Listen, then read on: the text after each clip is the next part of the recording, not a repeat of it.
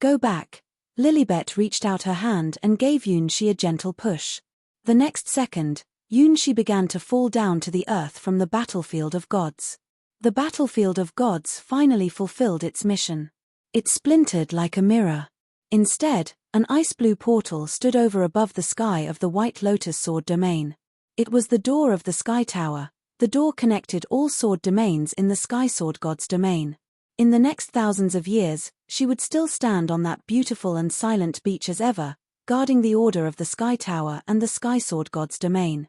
Compared with Golden Crow Princess's flying speed, the speed of Yunshi falling from the sky was much slower, but it was more realistic.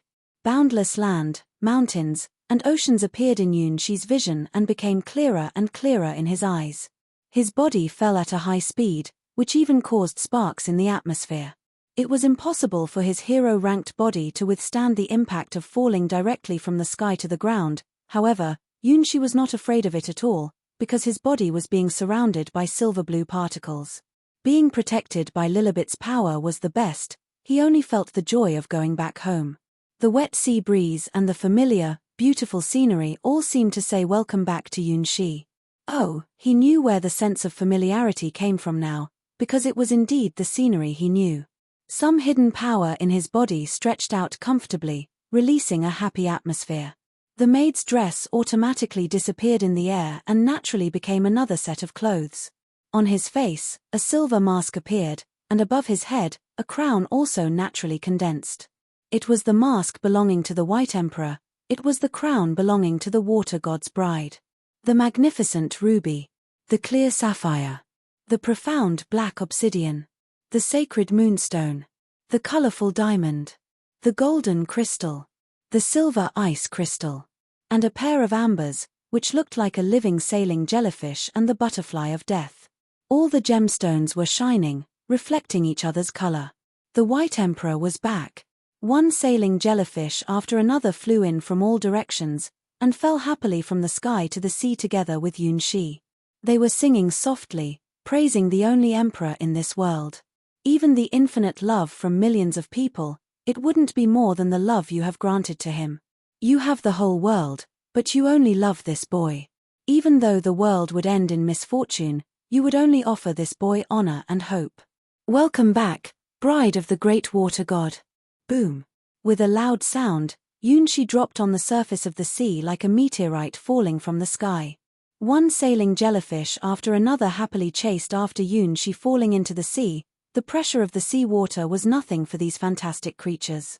More than that, after Yunshi fell into the sea, the butterflies of death also came and followed behind Yunshi together with sailing jellyfish. Oh, it's so deep, it's so deep. Is this the deep sea? Yunshi watched his body falling uncontrollably in a straight line, and within a few breaths, he had fallen into the deepest and darkest side of the sea where he couldn't even see his fingers. After a while, the sailing jellyfish also arrived near him.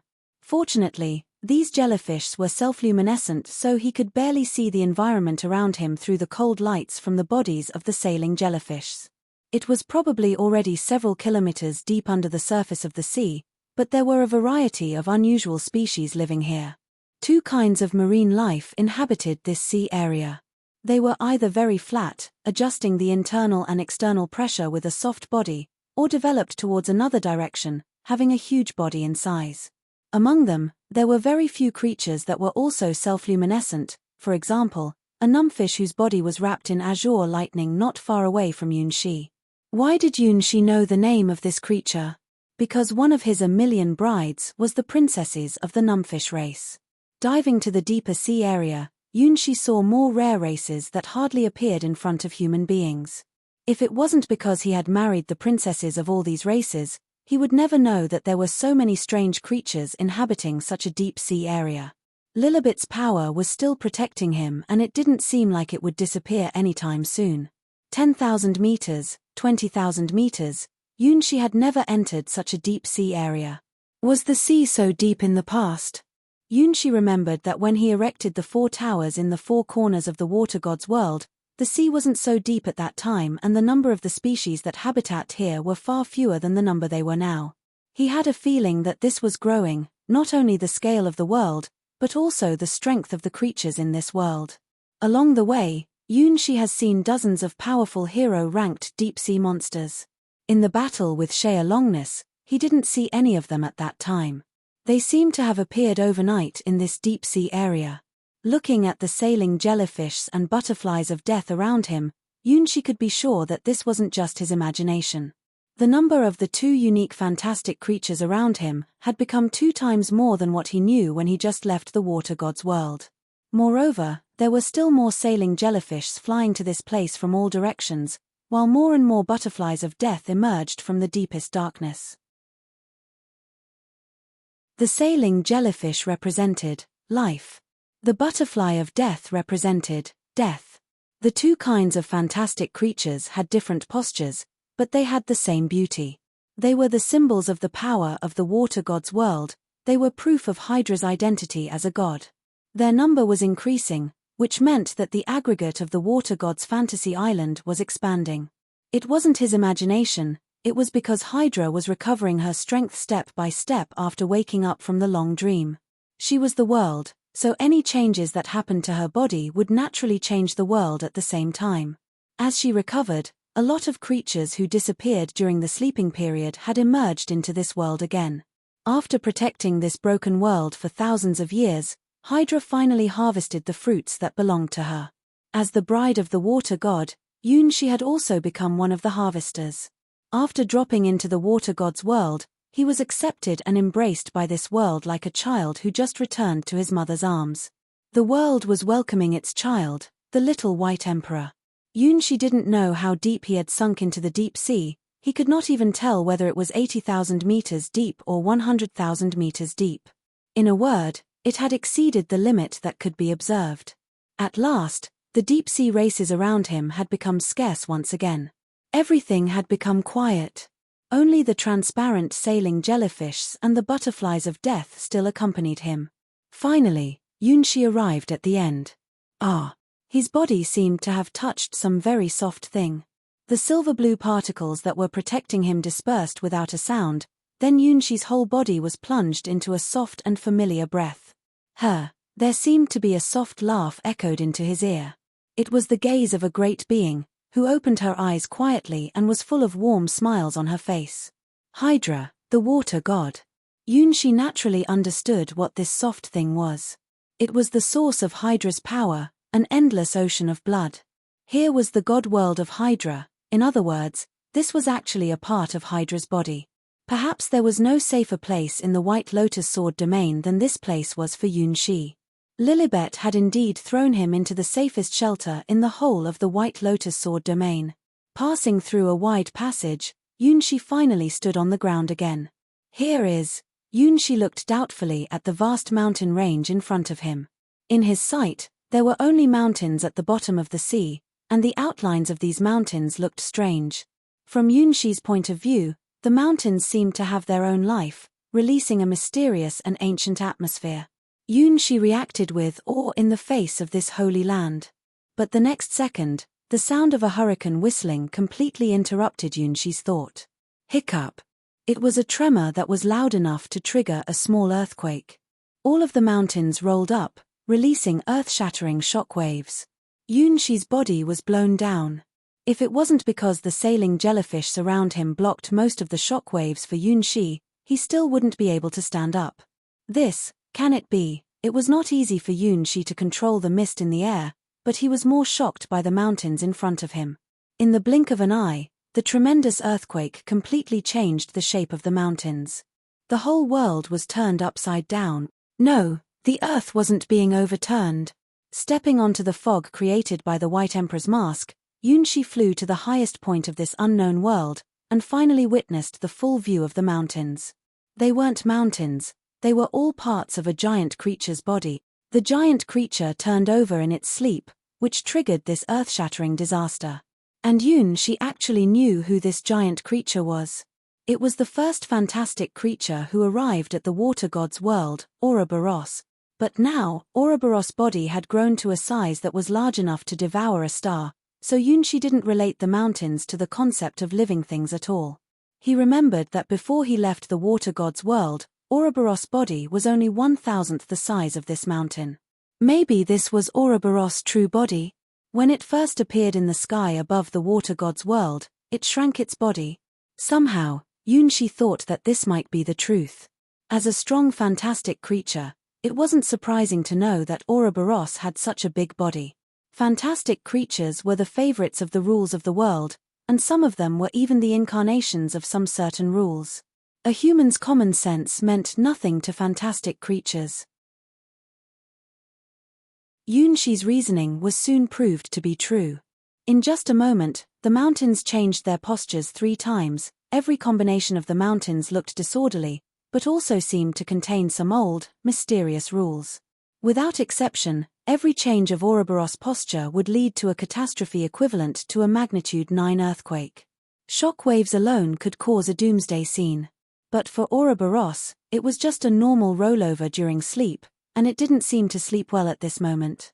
Hiccup, gu, ha, with these vague sounds, Ouroboros rolled over in its sleep. Not everyone had the luck to witness a fantastic creature's sleeping posture. Fortunately, Yunshi's body was equipped with the sailing jellyfish's robe, the White Emperor's mask and the Water God Bride's crown. The 3 god weapons represented the blessing of the water god's world to him. Equipped with these god weapons, he could summon millions of mist souls and ask for the help of the 2 fantastic creatures, sailing jellyfish and butterfly of death. In this state, even if he had to face Shea Longness again, he had the power to fight against her. Although he could only hold this fighting power in the water god's world, for now, it was enough. The earthquakes caused by Ouroboros could do no harm to him. Not only Ouroboros, but Yunshi also sensed a familiar aura from the end of the mountains. Compared to drunken Ouroboros, that aura was more scorching. Teacher Cassina? Yunshi looked at the end of the mountain in some surprise. He didn't expect that Teacher Cassina would also be here. Speaking of her, after he finished his 100 victories in the Sky Tower, he should report it to Teacher Cassina and return her identity to her. When he first entered the Starry Sky chessboard, he had no idea about how valuable this identity was. Until he finally found out that all his opponents were at the legend rank, he realized what a special gift it was. A legend-ranked person's identity. No one else could enjoy this treatment in the White Lotus Sword domain. Without Teacher Cassina's identity, he wasn't even qualified to step into the Sky Tower. Cassina must have great expectations for him, so she gave him her identity and let him go to take part in the competition on the Starry Sky chessboard. Without Teacher Cassina's help, he could never obtain the title the Master of Stargo. Between the sky and earth, there was a tragic scream. Ouroboros suddenly made a painful howl as if it was being excruciatingly tortured by some invisible executioner. Why? Yunshi didn't know what he could do. Is there anything in this world could do harm to such a giant snake, a mountain-like fantastic creature? It hurts. It hurts. Anyone, give me water. Ouroboros rolled over painfully. If it wasn't because it was in Hydra's body, the damage caused by it could already destroy a mortal world. Water. Water. Water. I see. Oh, my. Drink some water and get up. Somehow, Cassina's voice sounded a little distorted, and then a light column shot up to the sky. A big mouth appeared in the sky and tens of millions of tons of seawater fell from the sky, bombarding on Ouroboros' lifeless body. Ouch. Ouch. Ouch. Ouroboros made a dying cry and rolled over the ground and began to smoke all over its body. Toxic gas. Yunshi smelled the horror toxin that was spreading in the air. The toxic gas could kill millions of people at once, but he had a familiar feeling when smelling it. He knew that he would not be harmed by the toxic gas. Because this toxic gas was from the master of this world, Hydra. It was the poison from Hydra that pervaded in the air at this moment. Just a drop of Hydra's poison could kill a group of the strongest hero-ranked people.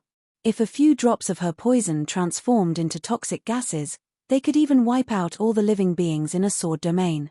However, there seemed to be something else mixed up in the toxic gas. Is it the aroma of wine? Yunshi sniffed and analyzed the bouquet in the air. As a hero-ranked baker, he could judge all kinds of food, including wine. After all, there was also wine bread such as red wine bread and rum toast.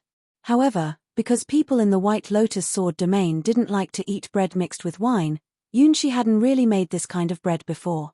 Ingredients: wine brewed from an unknown liquid, highly poisonous. Level: unknown. Brewing time: unknown.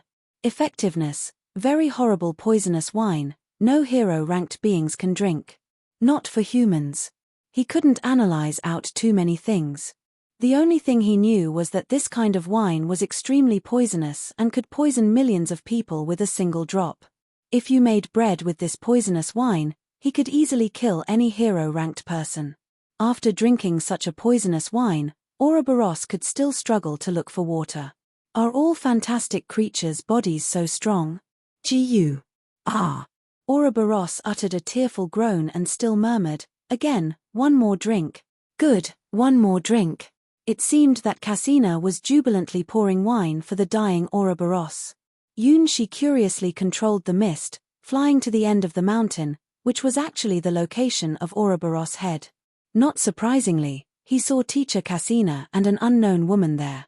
Although he had never seen this mature woman, who wore only a transparent robe on her body, Yunshi subconsciously knew that she was one of Hydra's best friends, the real body of the mountains under their feet, Ouroboros. Her whole body was wet, and under the wet robe, her beautiful body was clear and distinct. The wet hair sticking on the skin made her look more charming. Her eyes looked as if there were broken stars flashing in her pupils. Although her face looked feeble, her appearance showed a decadent beauty. In her hand, she was holding a glass of bloody wine, and she was trying to drink it. At this moment, she was so drunk that she couldn't even hold the glass of wine. She splashed most of the wine on her fragrant, smooth, round, firm, snow-white and delicate peaks. The bright red poisonous wine dropped on her snow-white skin. It looked like a magic painting that Yunshi could barely break his eyes away from. Whoop! What a waste! Ouroboros looked at the poisonous wine falling onto her breasts. She directly pulled open her robe and gently stretched out her tongue, licking the liquor that hadn't yet completely fallen down from her skin. The poisonous wine that could kill millions of people shone brilliantly under Ouroboros' fragrant tongue. The beautiful scene was so seductive that Yunshi didn't know where to look at this time. On the opposite side of Ouroboros, Cassina was also drunk. Although she was not as drunk as Ouroboros, her flushed cheeks revealed her hazy state. Her brown slender legs had long been free from the hindrance of shoes and socks.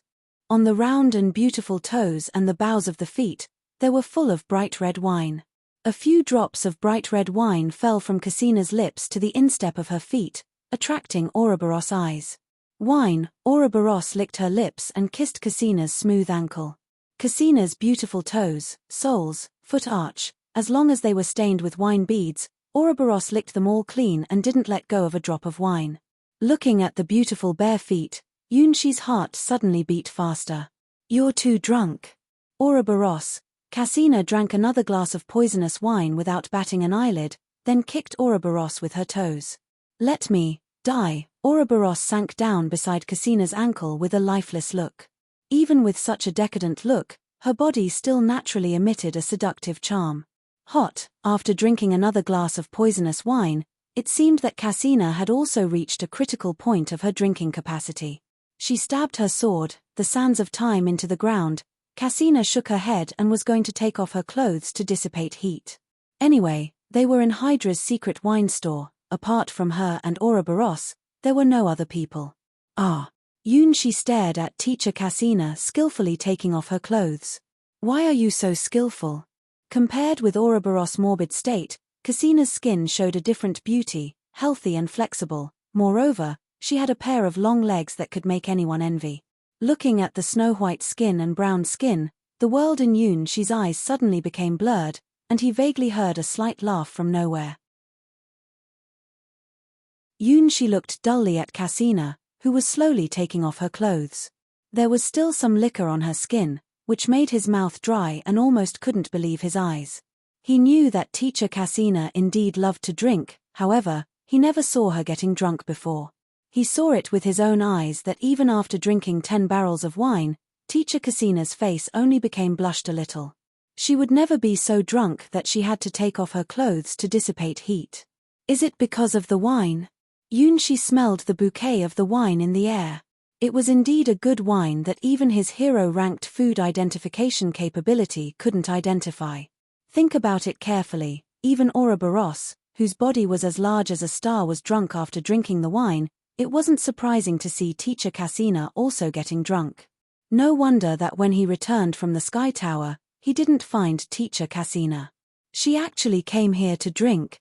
Did she forget that he had to report to her about his 100 victories in a row on the starry sky chessboard? No, that can't be. She shook his head and ran to Cassina, stopping her from taking off her bra. White Emperor. Cassina squinted her eyes and raised her finger to shake between her eyes, as if she was measuring the distance between herself and Yunshi. Teacher Cassina, you are drunk. Yunshi accidentally touched Cassina's smooth back, which made his heart suddenly beat faster. Drink. Oh, it seems that I drank too much. Cassina touched Yunshi's forehead and pinched his face. Why do I feel like you have grown up? She asked with a puzzled look. Really? Yunshi looked at his own body. He couldn't find any parts that had grown up. Silly boy. I mean, you have become stronger. Cassina took a deep breath. Instantly, the alcohol in her whole body was forced to be dissipated bit by bit. This was a waste. For legend-ranked beings, only very few materials could affect the states of their bodies. Taking Cassina as an example, although she liked wine, all wines that hadn't been stored more than 100 years were actually as flavorless as water. No matter how good the brewing material was and how high the grade of the winemaker was, if there was no trace of time in the wine, she couldn't taste anything from the wine. To great existences such as Cassina and Ouroboros, only the wine that had been stored more than 1,000 years could make them feel physically and mentally pleasant. And the wine that could make them get drunk was even rarer in the endless gods' domains. Amongst all the wines in the world, Hydra's poisonous wine, which was brewed with her own venom and had been stored thousands of years, could be called the highest-ranked enjoyment in the endless gods' domains. Otherwise, Ouroboros and Cassina wouldn't be so drunk that they forgot the time to go back and almost could not wake up. Hydra wasn't just a water god, she was also a legend-ranked winemaker. Even back to the age of the gods, this was a rare career. Only the strongest legend-ranked beings could enjoy the poisonous wine made of her own blood and venom. Cassina had come to Hydra's treasury to look for something useful for Yunshi's future. As a result, she encountered Ouroboros and was tempted by her words, sneaking into Hydra's wine cellar together. Fortunately, compared to Ouroboros, Cassina's drinking capacity was big. After stealing and drinking countless barrels of Hydra's poisonous wine, she was still not totally drunk, so that Yunshi could awaken her. Good. That's all right. After dispelling about half of the alcohol in her body, Cassina's eyes became clear again. As for why she didn't dispel all the alcohol in her body, because it was Hydra's legend-ranked poisonous wine, it would be a great pity if she dispelled all of it. She clearly knew that she may not have another chance to sneak into Hydra's wine cellar and steal her wine again. White Emperor. Have you completed the challenge in the Sky Tower? When Cassina wasn't drunk, she was a very serious and responsible teacher. At the first moment, she asked Yunshi about his test in the Sky Tower. Thank you, Teacher Cassina. I have successfully achieved 100 victories in a row. Yunshi proudly stretched out his hand and showed her the 2 shining soul jades in his palm. I won 2 soul jades as my reward. Cassina looked cheerfully at the 2 soul jades. Soul jade of innocence. The owner can store his memory in the jade. Even if the owner's existence was totally wiped off from the universe, his memory in the soul jade wouldn't disappear. Soul jade of holy light. Put on this soul jade and you can obtain a light-type talent. Good, he did well. He deserves to be my disciple. Not only is he physically gifted, but he is also very lucky. Soul jades has only a 10% possibility to appear to be a reward. He could actually obtain 2 top-class soul jades as the reward. Wait a minute, 2 top-class soul jades? Cassina showed a doubtful expression on her face. In the Battle Gods Championship contest, everyone would get a reward after achieving 100 victories in a row. Cassina had achieved countless victories in the Sky Tower, but she only obtained soul jades as rewards several times. Yunshi not only obtained 2 soul jades as rewards, but also both of them were top-class soul jade. It's incredible. White Emperor, how many times have you achieved 100 victories in a row? Just once, I achieved 100 victories in a row on the Starry Sky chessboard and chose the 2 soul jades as my reward. She innocently looked at Cassina. Ha! The Starry Sky chessboard? You went to the Starry Sky chessboard? Cassina was speechless. Yes, and I also got the title of the Master of Stargo. She was an honest child. At least, he had no intentions of lying in front of Cassina. The Master of Stargo? Cassina suddenly wondered if she had been drunk and slept in Hydra's wine cellar for several years.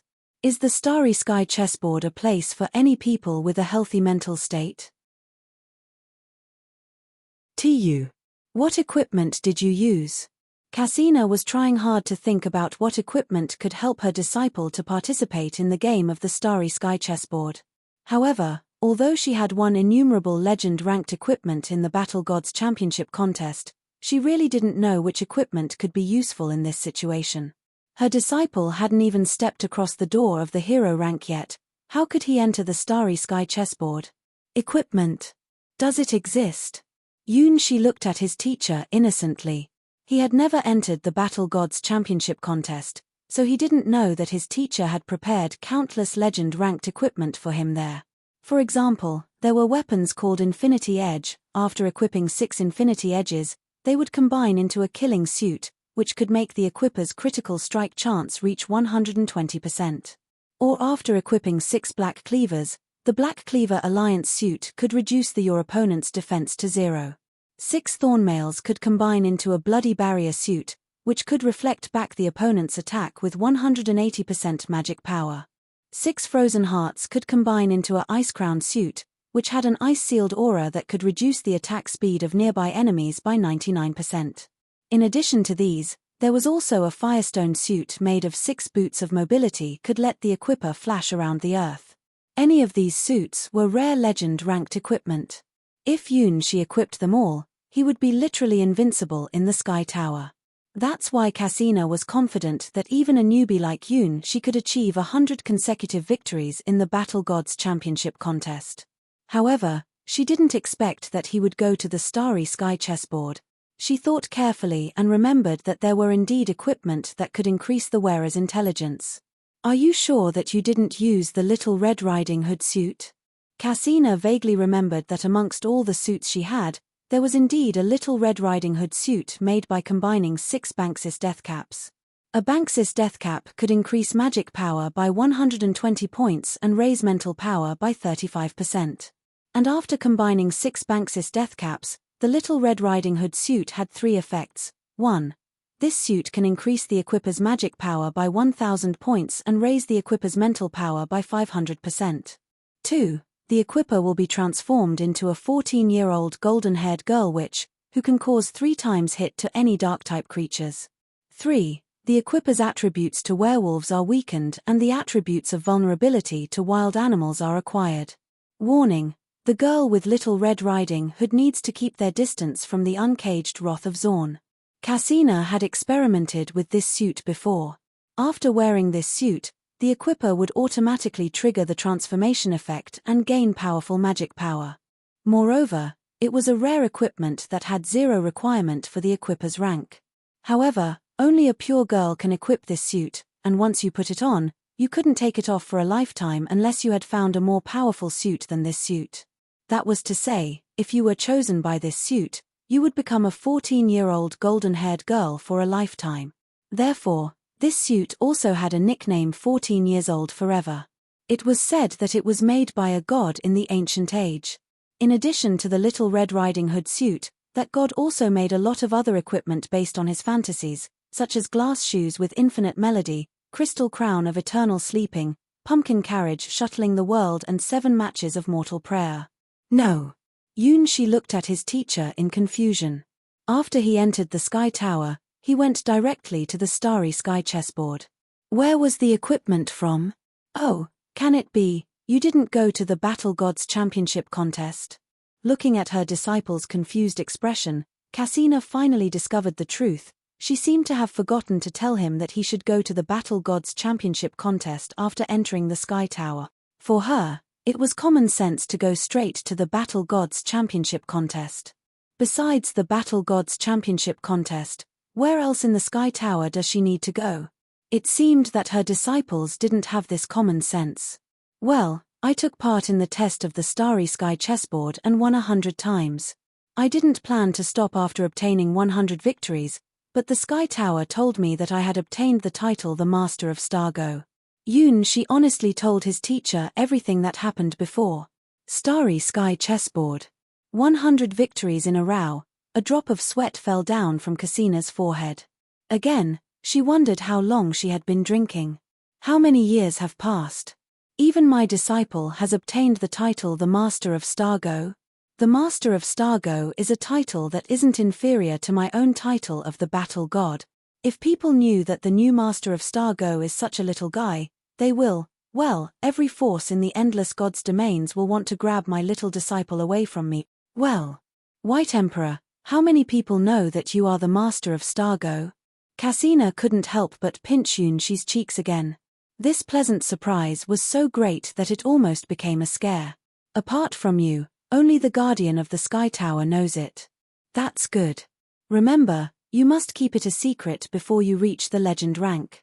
Cassina hesitated for a while and warned her lovely disciple, otherwise, there will be many terrible elder sisters that will try to talk to you and try to take you away, by the way. This wasn't a lie. If She's identity was exposed, countless forces would try to obtain him at all costs.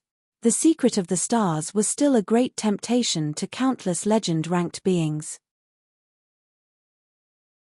Chapter 559, The Etiquette of the Battle God. 1. It's strange, why didn't I find that he was such a gifted Stargo player before? No, he couldn't be simply called genius, even if he was a super genius. It was too incredible to win the title of Master of Stargo at such an age. When you played Stargo, what did it feel like? Cassina was really curious about how her youngest disciple could beat so many legend-ranked wise men on the Starry Sky chessboard, a place where she didn't even dare to set foot in once. It's very simple. The rules of Stargo are very simple and easy to understand. She bluntly expressed his feelings. From the beginning to the end, he was enjoying the game. He was extremely grateful to teacher Cassina, because if she hadn't lent him her identity, he would have never been able to enter the Sky Tower and he probably would never have known that there was such an interesting game in the world. Simple. Cassina recalled her experience when Orfina tried to teach her the rules of Stargo. Every move on the chessboard must be done after thinking twice, and as time went by, the requirements on the player's calculating power would become higher and higher.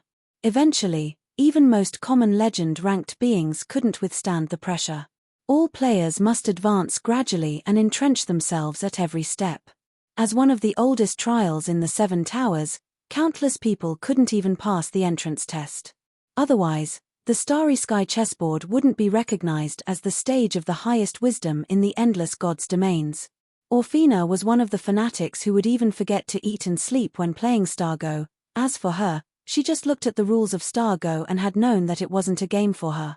To put it bluntly, she could easily beat down 3 Orfina in the Battle Gods Championship contest. However, even if there were 100 of herself, it was impossible to overcome Orfina on the Starry Sky chessboard. Orfina the Ruby Princess, God of Wisdom, Black Mage, Duke Rome, Cyber Elf Alpha. Although she had never participated in the trial of the Starry Sky chessboard, she clearly knew these names, apart from Cyber Elf Alpha. The Ruby Princess, the Pearl of the Dragon God's domain, the wise dragon of Star Gemstone, the daughter of Dragon God, her best friend Orfina. The God of Wisdom, one of the oldest gods in the Western God's domain and one of the survivors from the twilight of the gods. Black Mage, Lord of the Sea of Chaos, the High Priest of the Dark Church, one of the most famous members of the Dark Council. Duke Rome, the Warlord of the Rome God's domain, the leader of the famous Sacred Legion in the Western God's domain. As a result, Cyber Elf Alpha defeated all of these legendary people, and her cute disciple defeated Cyber Elf Alpha by an overwhelming advantage. Just listening to She's words, Cassina could imagine how breathtaking the battles on the Starry Sky chessboard were. Oh, facing such an opponent, Orfina must be excited to death. Hey, wait a minute.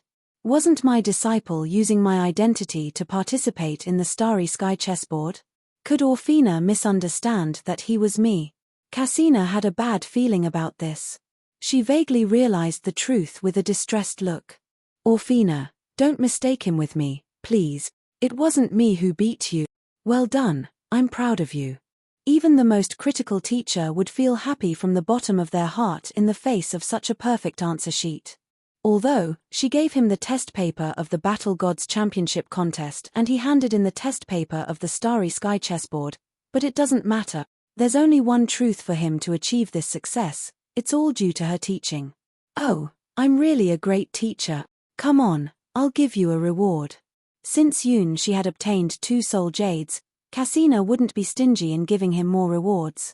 From the beginning, the reason she came to Hydra's treasury was to prepare gifts for Shi. With this gift, her disciples would never die after 100 days. Put your arms flat, make your body and the ground horizontal, and stretch your legs. Cassina taught Shi by the hand. Because Cassina had only dissipated half of the alcohol in her body, she squinted her eyes from time to time, and her moves were also a little languid. Without any idea of putting on her shoes and socks, her naked feet directly stepped on Shi's back. Teacher, is this position a part of the practice? Being trampled under her feet, Shi's face slightly turned red. Well, keep this position for a while, I'll help you adjust your body. Cassina burped while trampling on Shi's body with her toes. Although she still looked drunk, every press of Cassina's toes had made Shi's blood run more smooth. Even a part of his body became excited due to the massage, which made Shi feel really embarrassed. He swore that he didn't have any strange ideas about teacher Cassina, it was just a simple natural reaction of his body. Oh, ha. I forgot that you're a man. It's a natural reaction. Cassina laughed and stepped on the end of Shi's spine with her toes. For an instant, Shi's whole body seemed to be electrocuted. His body trembled violently and curled up like a crooked prawn. After the electric current went through, another cold current burst from the bottom of his spine and instantly spread to his whole body. Shi made a strange sound and was almost unable to maintain this posture. If it wasn't because Cassina was stepping on his back, he would have rolled on the ground. Don't be afraid, it's just a natural reaction. You are still too young, you must learn to get used to this sort of stimulus. Cassina teased her lovely disciple while activating the energy in his blood and flesh. Teacher Cassina, this sort of stimulus is too strong.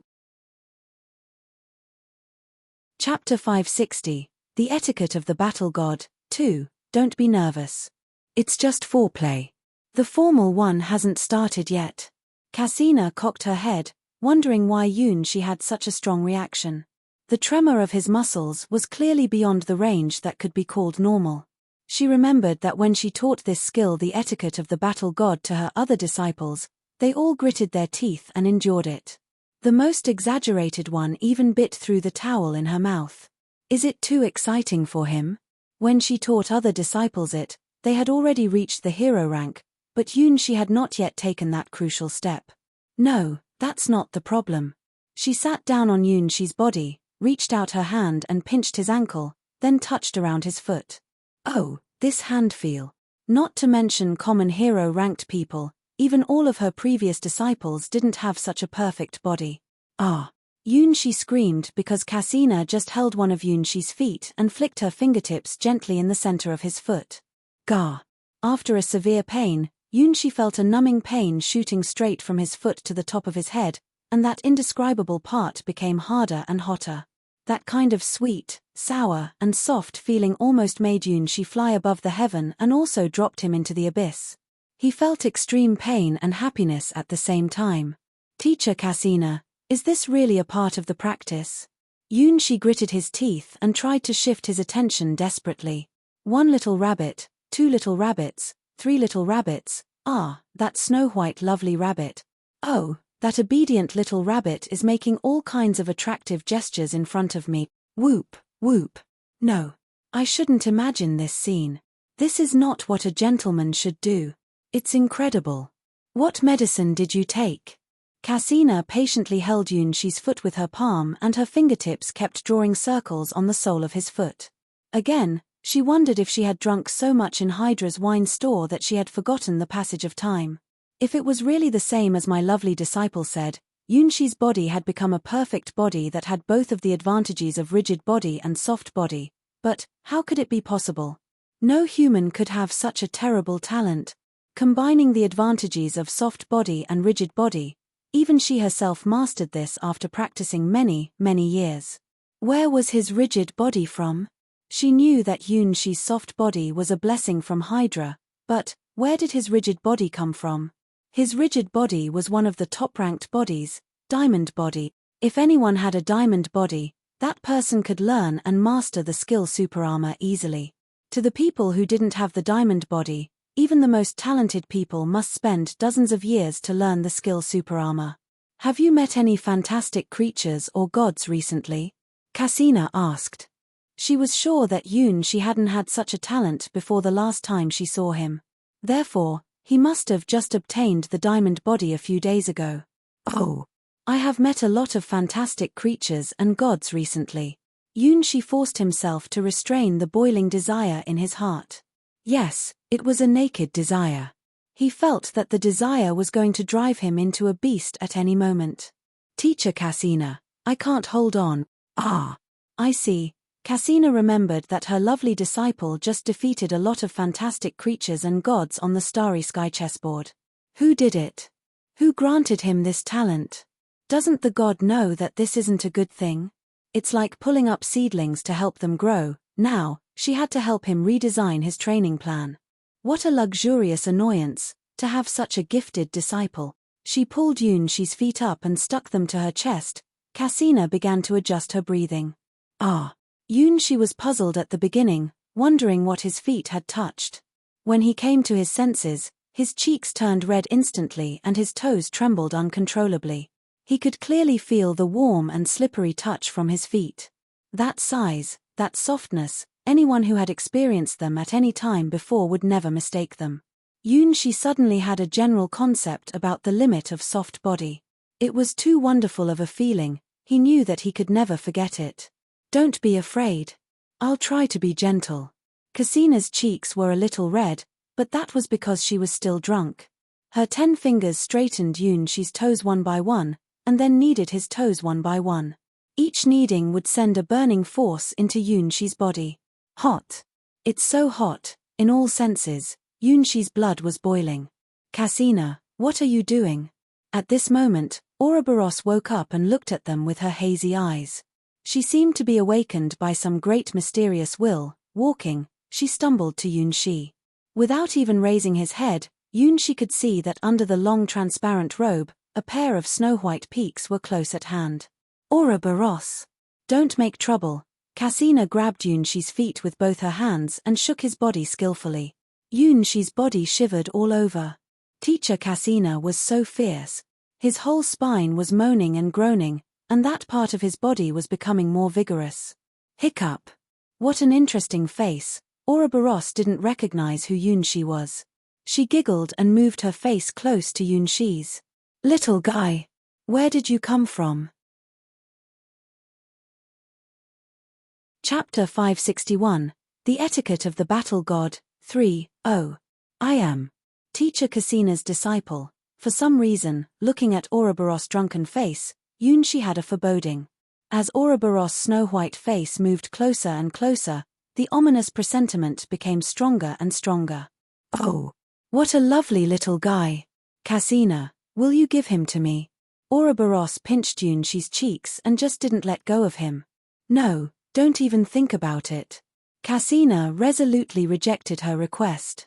My disciple is destined to step on the highest stage of the Battle Gods Championship contest.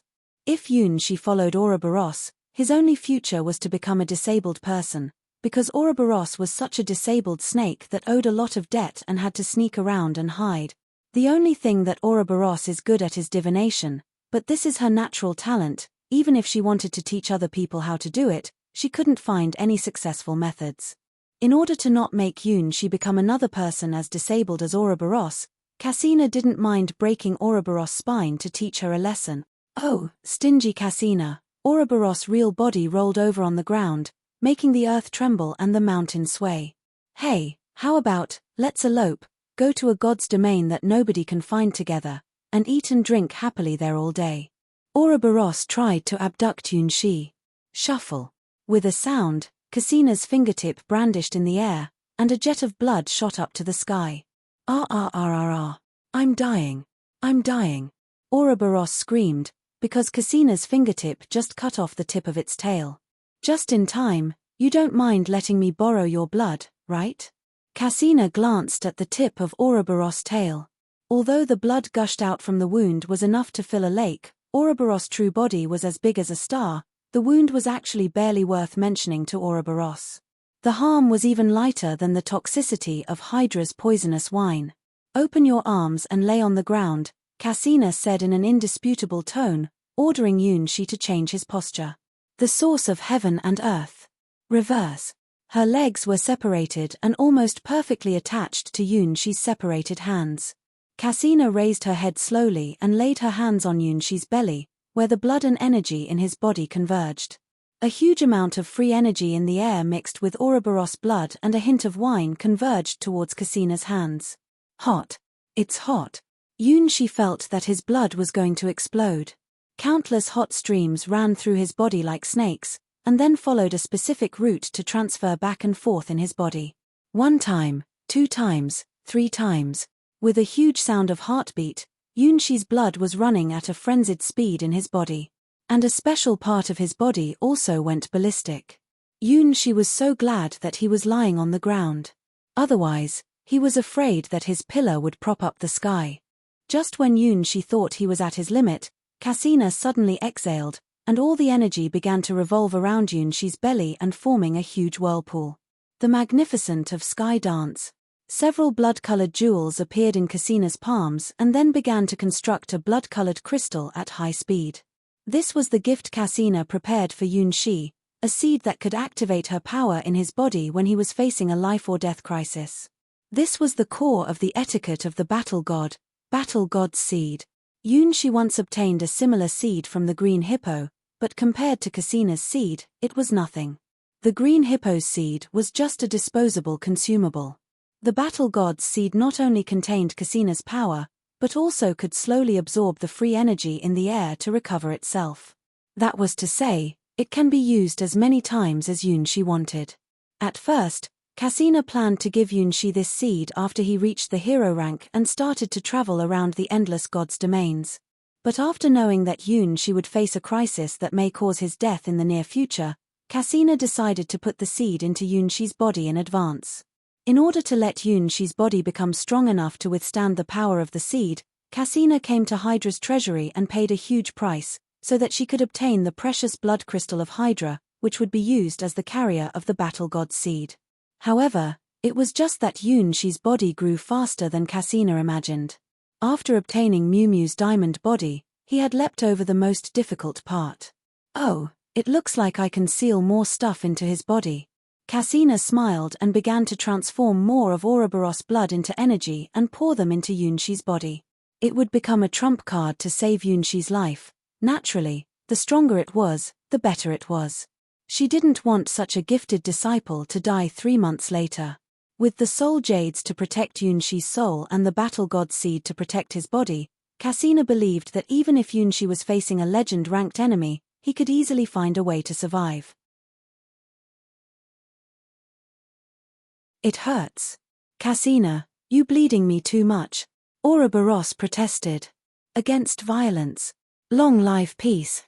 Anyway, you'll have to sleep for many years, and the blood will recover when you sleep. Cassina's fingertips crossed the air again. Shuffle. More blood flew to Cassina's hands from Ouroboros' broken tail and turned into energy. Be good, it doesn't hurt at all. Cassina bled Ouroboros and consoled her, treating her as if she was just a 3-year-old child. But, it really hurts. Rolling on the ground with tears in her eyes, Ouroboros watched Cassina.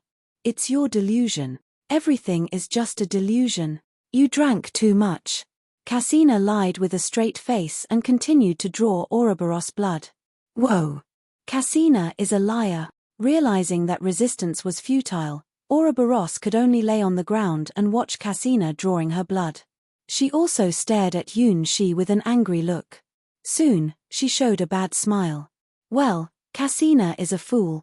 Since she loves her disciple so much, I have to do something to him.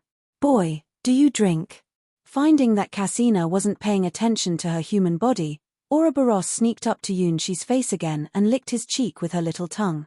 Well, it's soft, comfortable and delicious. No. Yunshi resolutely shook his head. Are you kidding me? Is it a wine that a hero-ranked baker can drink? A drop of that kind of poisonous wine can kill 10,000s of him. However, just like Ouroboros couldn't resist Cassina, Yunshi couldn't resist Ouroboros. It doesn't matter. Let big sister teach you how to drink. Drinking is a very, very comfortable thing. No matter how many troubles, how many troublesome debts you have, as long as you drink enough, everything will disappear. Ouroboros proudly declared her creed of life. No, they won't disappear, you are just escaping from yourself. Before Yunshi could say no, Ouroboros' soft lips had attached to his lips, and then the fragrant tongue skillfully slid through his teeth and tightly twined with his tongue. Ouroboros' kiss was suffocating, and at the same time, a mellow aroma of wine spread naturally from her tongue. This taste, no toxicity. Yunshi was surprised to find that it seemed that the wine had lost toxicity after being drunk by Ouroboros, and also mixed with a sweet odor from Ouroboros' tongue.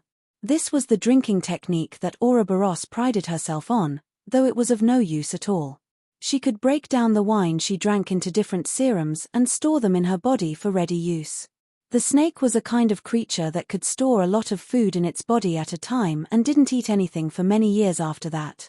It was a rare opportunity to drink Hydra's poisonous wine, so after she drank a lot of wine, she broke down and stored the remaining wines in her body. Now what she fed Yunshi was the liquid she stored in her body. After being broken down by her body, the wine had lost most of the toxicity and became a liquid that Yunshi could drink. Even so, the liquid still retained the aroma of the poisonous wine. Just drinking a sip of the liquid, Yunshi's eyes had become fierce, and his tongue suddenly became active. Ouroboros noticed the change, but obviously, her drunk head wasn't able to analyze what had happened. Anyway, it's comfortable, isn't it? Yunshi's face and Ouroboros' face flushed at the same time. Silver silk threads fell between their lips and tongues. Cassina noticed this and frowned. Oh, my disciple is too daring. Although Ouroboros looked so decadent, she was still a famous legend-ranked augur with countless troubles and debts. Could Ouroboros be the cause of my disciple's death after 3 months? Ouroboros encountered an unexpected counterattack. Why is your kiss so skillful, little guy? Speaking of that, I've never kissed someone so intimately before. No. Bet on the prestige of the great Ouroboros, I must make this little guy drunk. Ouroboros secreted more liquid from her mouth and tried to get Yunshi drunk. Yunshi felt as if the whole world had become floating, this kind of feeling. Oh, it seems to have happened before when he stayed with the mysterious dark elf.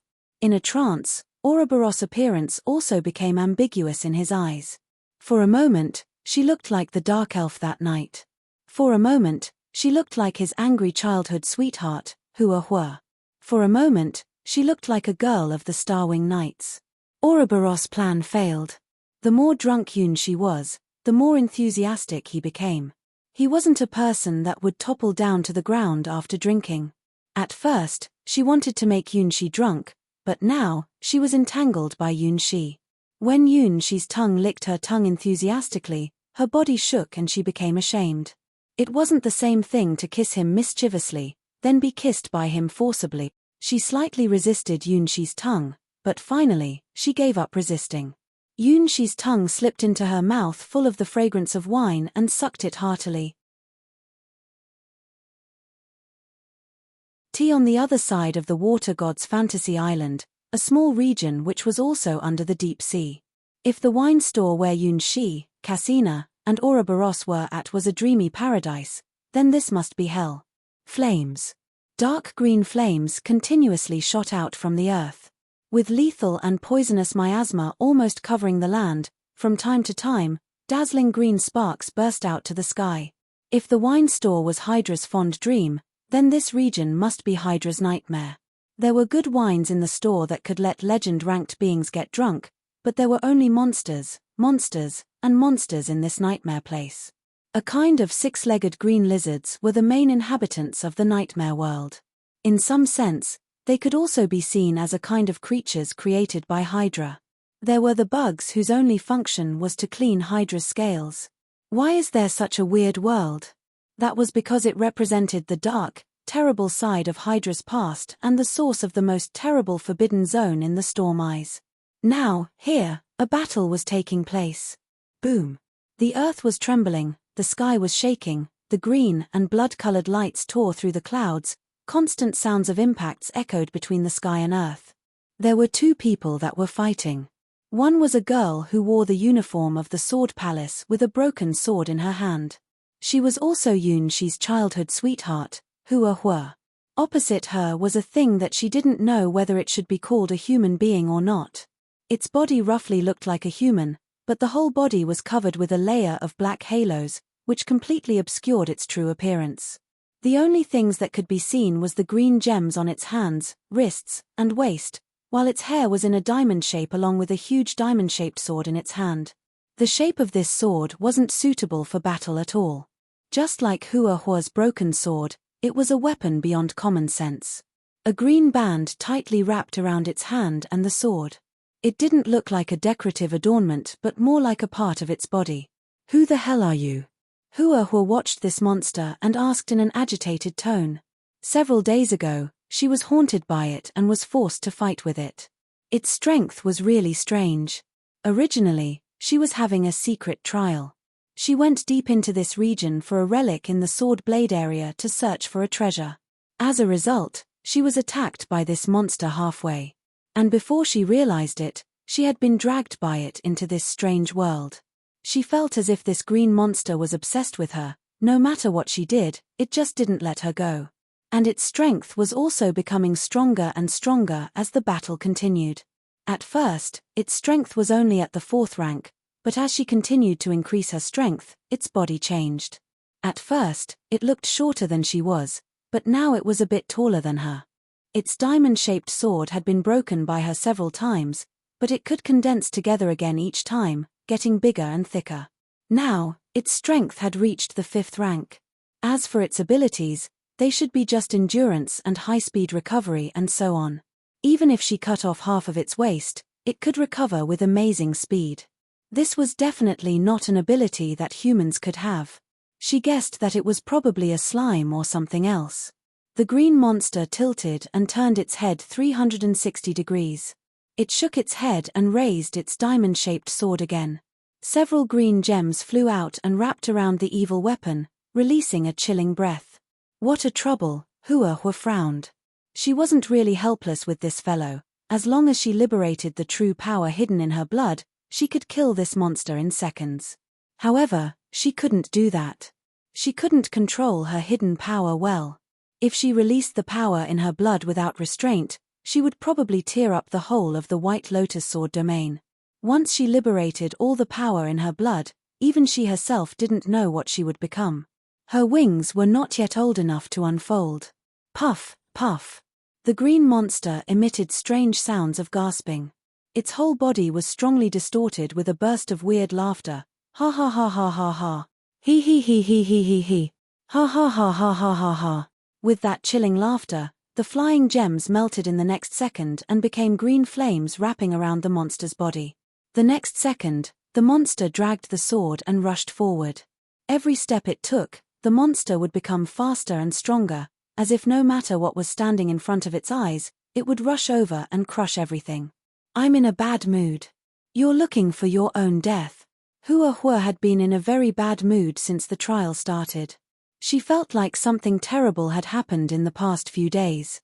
This instinct became stronger and stronger every day, but because she was too far away from the White Lotus Sword Palace, she wasn't sure what was going on around Yunshi. She just had a growing sense of unease. "Little she, you won't play with other girls when I'm not around, will you? It will be okay. No one will find out your real identity, they will only treat you as a maid. There is absolutely no problem." Even so, Ouroboros was still in a restless mood. In contrast to this, the monster was nothing to speak of. However, just now, This mood had reached a new peak. She suddenly felt like her little she was around here, but she couldn't sense his location clearly, as if some invisible force had been hindering her perception. What the hell is going on? This green monster and this strange world were like traps especially prepared for her, full of malice. Who wants to do something to me? It doesn't matter. If this world wants to stop me, then I only need to completely destroy this world. A strand of hair rose high on her head. After she confirmed that Yoon she was around, Huahua's eyes became fierce. 1. It looked as if she was waking up monsters who should not appear in the world. There was a glowing fluorescence in Huahua's eyes. Green flames burst into the sky and the black halo that surrounded the green monster's body broke apart little by little, gradually exposing the monster's real face. It had 6 strange eyes and a face that was quite similar to a lizard. On its forehead, there was a strange flame imprint, which could give any ordinary people a shivering feeling. 2. Huahua didn't look at the green monster's real body. Because, in her eyes, the green monster was already a corpse. Boom! In the huge green pillar of fire, the monster's size suddenly tripled, turning into a giant lizard over 6 meters tall with black diamond armor bursting out from its spine and a triangular tail wagging behind. 3. Huahua held the broken sword in her both hands. A terrible aura spread around her body. Sky flying. The next second, Huahua disappeared from in front of the giant lizard, and then the world began to shine. They were the lights of the sword. 7 sword-shaped lights cut open the sky and earth and instantly locked on the giant lizard's body. Before the giant lizard elevated its fighting power to the 6th rank, its body had been torn into pieces. The first sword cut off the lizard's head. The second sword cut off the lizard's right hand.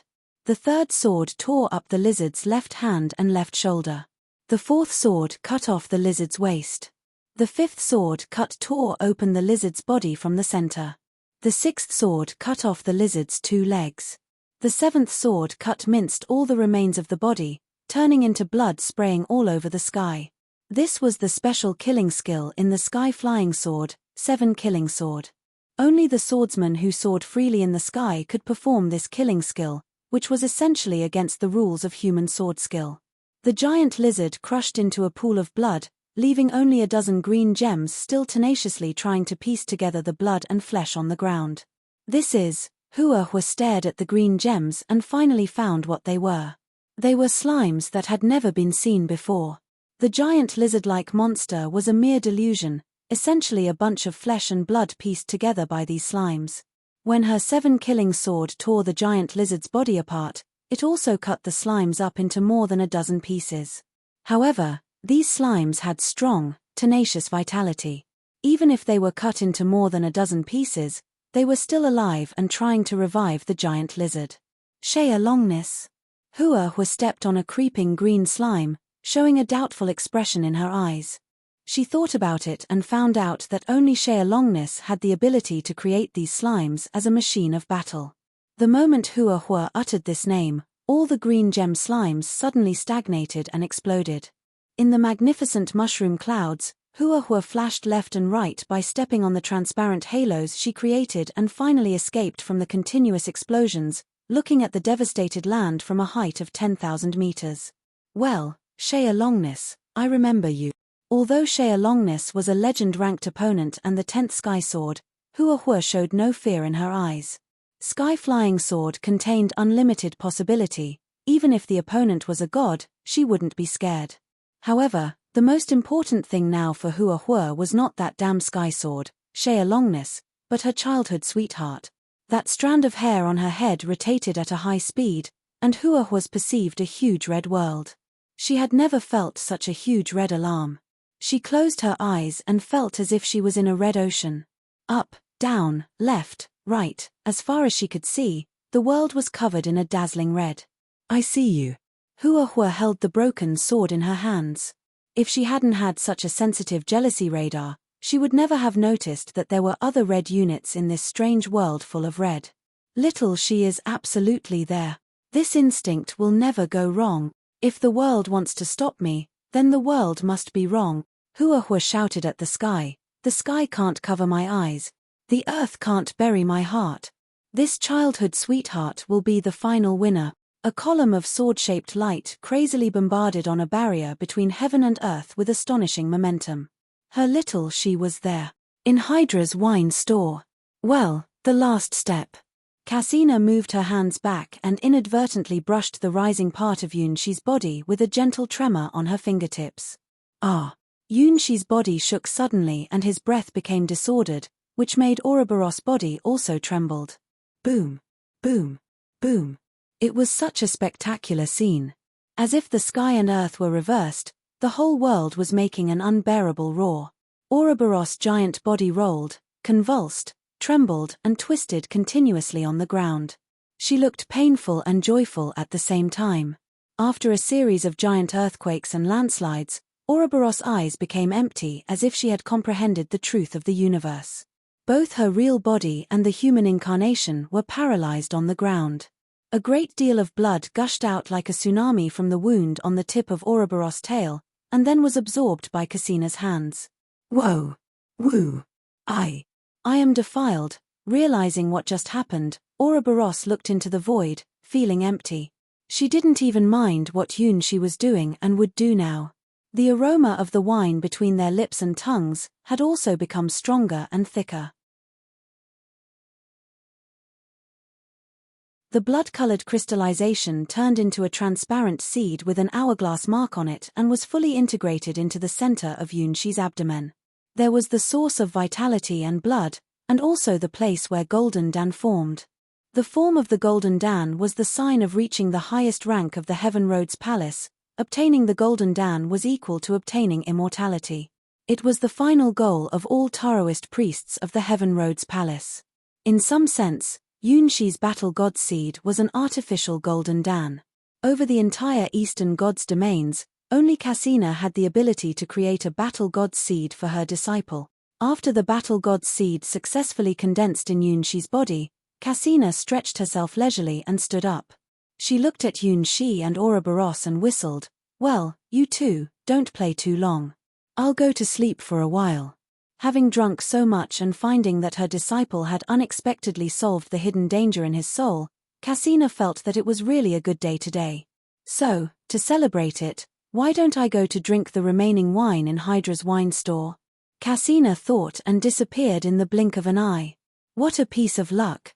Ouroboros can't leave now, so it's the best time for me to collect all the remaining wine. Cassina! Don't go! Now Ouroboros finally knew what it meant to lift a brick and smash your own foot. She was just drunk and wanted to tease Cassina's cute disciple. Why did she become the person who was bullied? I must strongly condemn and resolutely oppose this kind of bullying behavior. I'm the great Ouroboros, the fantastic creature who can observe the river of time. How can such a great woman be bullied by a masked man? Yes, it's the world's fault. Not mine. Yunshi felt dizzy, which seemed not only because he had drunk too much wine from Ouroboros' mouth. Hot. It's so hot. After the battle god's seed flew into his body, he found that the flow rate of his blood didn't slow down but began to accelerate. If Cassina was here, she would naturally tell her cute disciple that this was a normal phenomenon. He felt that his body was dry and hot, which was actually the signal that the battle god's seed began to exert its power to promote the circulation of his blood.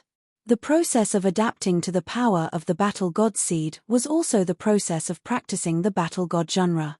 As the trump card that could be used to save his life, the greatest effect of the battle god seed was to accelerate the flow rate of his blood. Those who have acquired the battle god seed would inevitably embark on the road of endless battles to release and absorb the power in the battle god seed. Well, Cassina had just forgotten that there were some differences between men's and women's bodies. To women, increasing the flow rate of their blood could increase their battle power at the same time. However, to men, the battle god seed had some side effects. For example, some indescribable problem that now plagued Yunshi. As the kiss continued, this problem was getting worse and finally reached that irremediable point. Shuffle. Ouroboros suddenly trembled all over, because her whole body was just embraced by Yunshi. Then they rolled on the ground and Yunshi rode on her body. Gah! Ha! Yunshi gasped heavily with a painful look and then stared at Ouroboros, whose body felt weak and could barely move a finger at this time. Cassina! Come and save me. I will be bullied again. Ouroboros was going to cry. As a fantastic creature whose body was as large as a star, why do I have no resistance at all in the face of this situation? Well, I must have drank too much. Yes, I must be hallucinating. Why did Cassina's cute disciple begin to take off his clothes? Wait. What's that? What's that big, tough, fierce thing that's standing up almost at his belly button? Why does Cassina's disciple have such a big thing? Ouroboros' eyes and mouth opened wide.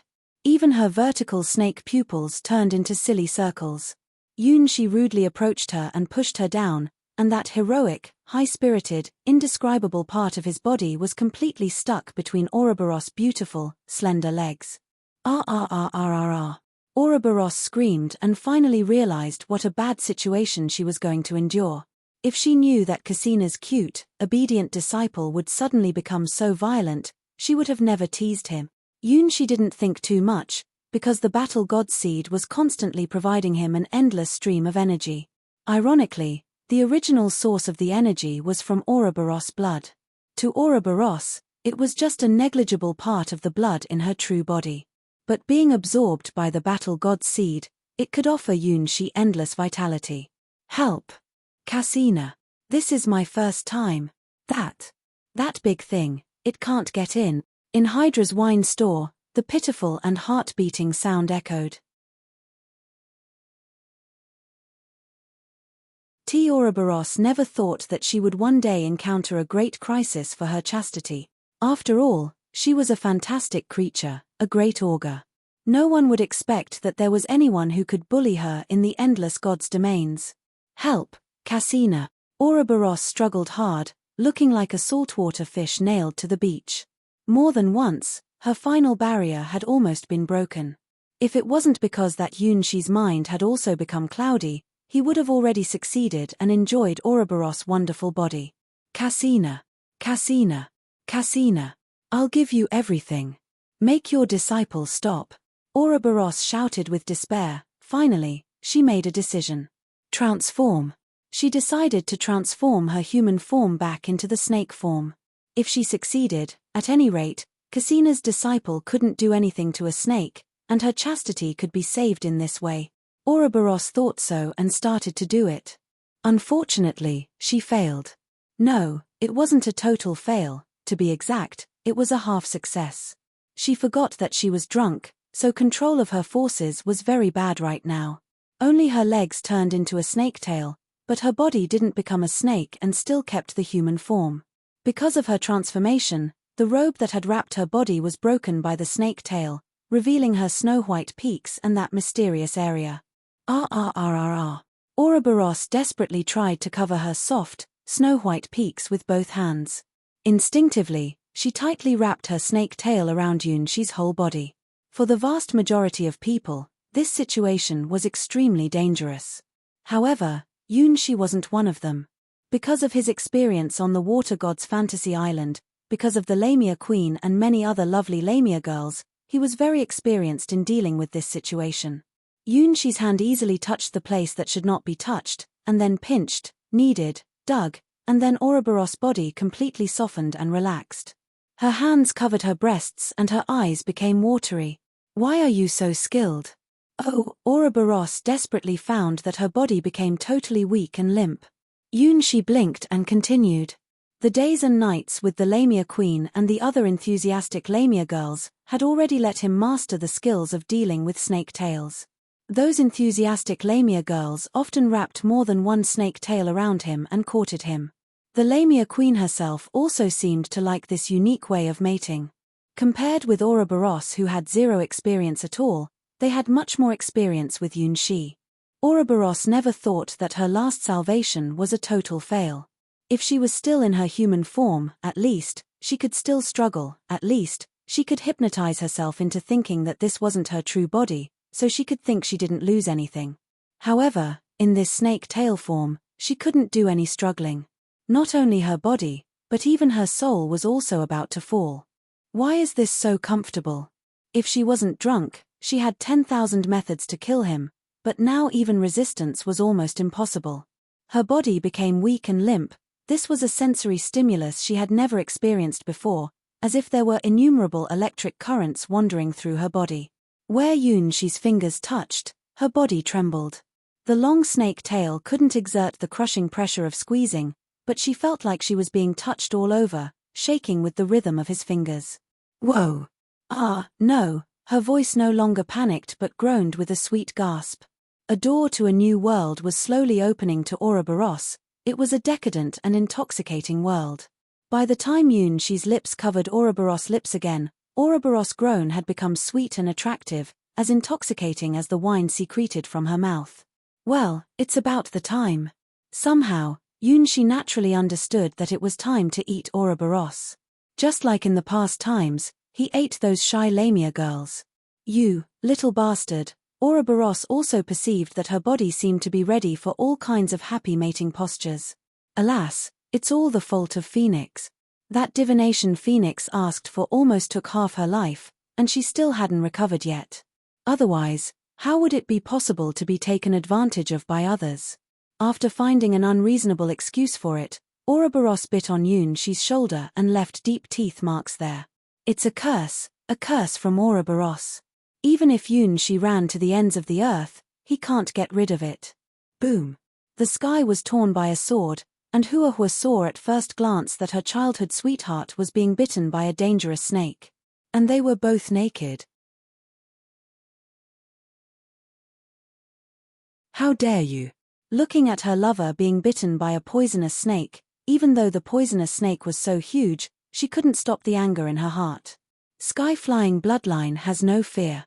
Whether the opponent was a god or a fantastic creature, she didn't mind at all. She was born to surpass all restraints and obtain unlimited freedom. Holding the broken sword in her both hands, Huahua completely liberated her power. An astonishing momentum emanated from her petite body. I will kill you. Without any divination, Ouroboros could clearly see Huahua's killing intent in her eyes. I'm so miserable. Ouroboros only wanted to cry. I'm the victim. I'm the one who is going to be eaten, okay? Run away. Run away. Just take Cassina's disciple and escape far away from this world and go to a place where nobody can find us. Then I can have him all to myself. Well, that's a great idea. Anyway, I have had a lot of debts. It doesn't matter if I have to find a new creditor. Boom. Boom. Using the last of her strength, Ouroboros moved her true body in front of herself as a barrier to stop Huahua. She was ready to flee. For any hero-ranked beings, it was impossible to cause any damage to her legend-ranked fantastic creature body. If one's attack wasn't as strong as Cassina's, even if she was attacked by 100 hero-ranked beings, none of them could destroy a scale on her body. However, although she didn't divine, she had an ominous feeling that she couldn't run away. No, how could this be possible? How could a human hurt me? She is just a little girl, not Cassina.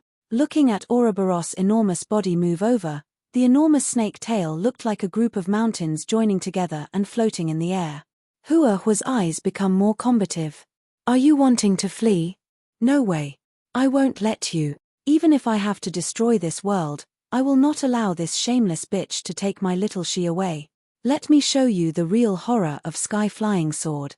Unlock the first sequence, the second sequence. Liberate the blasphemous words. Since the opponent was a fantastic creature, she would naturally raise the power of her Sky-Flying Sword to the legend rank. Blasphemous words was a horrible killing skill for this attack. Its attack power was deadly even to legend-ranked beings. In the name of the Sky-Flying Sword, I declare that you can't defend yourself against this sword. In the name of the Sky-Flying Sword, I declare that you can't avoid this sword. Numerous complex runes emerged from Huahua's body, which were the locks imposed on her body, the seals of her sky-flying bloodline. They were the shackles of her body, but also the props that could let her move freely in the mortal world. If she released all the power contained in her sky-flying bloodline, she couldn't even enter any mortal world. The power of her sky-flying bloodline was too strong. Before she could really control this power, she had to seal it. Essentially, Huahua was like a god who bounded her strength into a human body. The human body was only a carrier. Once her sky-flying bloodline was fully awakened, her life form would transform into a totally different form. At this moment, what Ouroboros did was to open the locks and push open a slit of the door of the sky-flying bloodline, releasing a trace of the indescribable power behind the door. Sky-flying sword was the key to open the door of power, and this key had always been held in her hands. However, she never expected to push open the door before. Why? Behind the door, the power was so strong that it could let her defeat Ouroboros easily. As long as she pushed open the door bravely, she could instantly reach the legend rank. However, she just didn't want to open it.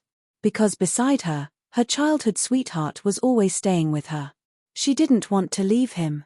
Once she opened the door, these happy days would come to an end. If she opened the door, she could no longer stay in the mortal world and must go back to the place where sky-flying bloodline was derived from and accept her ultimate mission. And now, she opened a crack in the door. It was also because of Yunxi. She couldn't imagine that her little she was taken away by others. There was no reason for her to stay in this world if she lost her little she. She needed that power now. Just a trace of the power. The instant Ouroboros murmured the blasphemous words, the sky and the earth became bloody red. Obscurely, a pair of huge eyes across countless stars, watching her from infinity. It's the abyss, its destruction, its life, its rebirth. It's a huge wall woven by innumerable rules. Being watched by the pair of eyes, something was going to break out from Ouroboros' back, but she desperately stopped its appearance. The broken sword in her hand had long been transformed into countless particles and eventually into a blood-colored lightsaber that seemed to have the power to cut the world open. That's not a delusion. After being enchanted by the blasphemous words, the sword had temporarily acquired the attribute of perdition. At this moment, it was a veritable god weapon that could easily destroy a world. Oh my god, it's the blasphemous words. Are all these little guys nowadays all monsters? Feeling the fierce aura from the blood sword in Ouroboros' hands, Ouroboros' legs felt weak and she could barely stand up. Yes, I'm at the legend rank, but I'm just an augur, not a warrior. Why do I have to fight against this monster? Ouroboros didn't know and didn't care what Ouroboros was thinking. She just brandished her sword at Ouroboros. She was serious. She was really going to kill this snake. Not long ago, Cassina cut open Ouroboros' tail and drew a great amount of blood. And this time, under Ouroboros' attack, her tail was completely chopped off. The fierce pain made her roll over on the ground and cry sadly. Chapter 568, The Sword of Victory, 1, Boom, Boom. Ouroboros' tail and her true body rolled over on the ground together. The blood flowing from the wound had almost covered 1/10 of the floor of Hydra's wine store. It was totally a sea of blood, which was hard to believe that it was blood flowing from a living creature. In the sea of blood, Ouroboros was still struggling. This bitch. Looking at Ouroboros holding Yunxi in her arms and rolling over on the ground, Ouroboros got exasperated. Ouroboros wasn't that easy to be killed. Even though Ouroboros had enchanted the blasphemous words on her sword, it was still too difficult to kill a fantastic creature. Compared to Ouroboros' true body, which was as large as a star, the tail that was cut off by Ouroboros was roughly equal to the size of a human finger. This was the first time that Ouroboros had attacked a legend-ranked fantastic creature, and now, she found that this damn snake's HP was just too high. Her attack didn't cause a fatal blow. Ouroboros unlocked the self-seal and enchanted the magics such as always hit, armor break and critical strike on her attack. She launched a deadly strike and caused a -99,999 damage. The problem was, Ouroboros' HP was 99,999,999, that was to say, the huge damage was actually barely worth mentioning to Ouroboros. As for why Ouroboros cried and rolled around on the ground, it was purely because she was a female fantastic creature who was spoiled since birth. Apart from drinking and running away from her creditors, she had no fighting experience at all. Moreover, although the damage caused by Ouroboros' attack was negligible compared to Ouroboros' HP, her snake tail was indeed cut off. Ouroboros calculated. If she could use this special sword skill unboundedly, she needed to brandish her sword 1,000 times before she could kill this snake. The problem was that she couldn't liberate her power and use this sword skill 1,000 times. In fact, it was a taboo to unlock the seals on her. Every time she brandished her sword, it would become harder and harder to stay in the mortal world. This was the cost of using the power that was far beyond her actual strength. She could use it at most 10 more times. This was the critical point for Hua to control herself, and if she couldn't solve her opponent within 10 attacks, she would face a terrible ending. She didn't want to leave little She, so she had been working hard practicing herself, increasing her ability to control of her sky-flying bloodline. At the same time, she also didn't want to see her little She being taken away by this poisonous snake. Let's fight. Eventually, Hua made up her mind. For little She would bet everything on herself in a fight. Come on, Ouroboros rolled over on the ground, sneaking a peek into the sky. As a legend-ranked fantastic creature, it was too shameful to be beaten down by a little girl. However, she couldn't help it. She had drunk so much that her mind was still in a total fog. She couldn't fight in this situation. Since I can't fight, then I'll have to run away. Running away is shameful, but useful. Hence, Ouroboros rolled up She using her tail and was going to run away. Although she couldn't fight, her bloodline could still be used at times like this. Her bloodline ability was called the Way to Survive. No matter how desperate the situation had become, she could always find a way to escape. It was precisely because of this special supernatural power that Ouroboros was able to escape from her creditors so many times. Now, it's time to run again. Ouroboros had made up her mind that after this escape, she would surely find a small god's domain that hadn't been connected to the Starbridge system, and live happily there with Cassina's cute disciple. Well, thinking about it, she felt that it was a pretty good idea. Maybe because she was caught on the spot, her heart was still pounding with excitement. Did she have a fetish in this respect? She felt like some strange habit had been awakened in her heart. Puff, looking at Ouroboros' moves, Hua's eyes became more firm. You damn snake! How dare you to try to steal my little She? Even if I can't kill you now, I will let you know what the greatest horror is of a childhood sweetheart. I must teach you a lesson that you will never forget. Little She is mine. He is my treasure, my dearest lover. Beyond the limit. Unlock the third blasphemous word.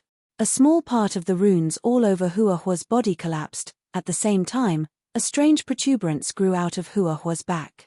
In the name of the sky-flying sword, this sword is unavoidable. In the name of the sky-flying sword, this sword isn't defensible. In the name of the sky-flying sword, this sword will bring me victory. Chapter 569, The Sword of Victory, 2, 3 Blasphemous Words. The first and the second of the 3 blasphemous words were still intelligible, but the third blasphemous word was more complicated. Victory was a compound word, which could achieve multiple miracles and needed more support from Hua's sky-flying bloodline. To use it, Hua had to pay a higher price and be closer to the taboos that she didn't want to touch for the time being. However, for the sake of She, all this is worthwhile. No matter who her opponent was, she wouldn't allow her little She to be taken away from her side. After all, as his childhood sweetheart, she should guard her lover. No. Before Hua brandished her sword, Ouroboros had had a hunch. Bad, this is very bad. Although she didn't know what was happening, when Hua announced the 3 blasphemous words, Ouroboros had a strong presentiment that she would soon be faced with imminent disaster. This is not a delusion. 10 blood-colored sword-shaped lights were falling from the sky. In order to achieve the final victory, Hua blatantly broke through her own critical point. This reality is not a game. Attacks aren't just to reduce the opponent's HP. Even if Ouroboros had 99,999,999 HP and super high-speed self-healing ability, Hua would cut a piece of flesh off her. And the location of this piece of flesh had been targeted out by the third blasphemous word victory. The 1st to the 9th sword-shaped lights were all used to break down the barrier created by Ouroboros' enormous body. They didn't seek the greatest lethality, but concentrate on one point and one angle. The blood-colored sword-shaped lights pierced through Ouroboros' body like an operating knife. Ouroboros was really scared. She instinctively took Yunxi in her arms and rolled in a certain direction and escaped into the sea of blood.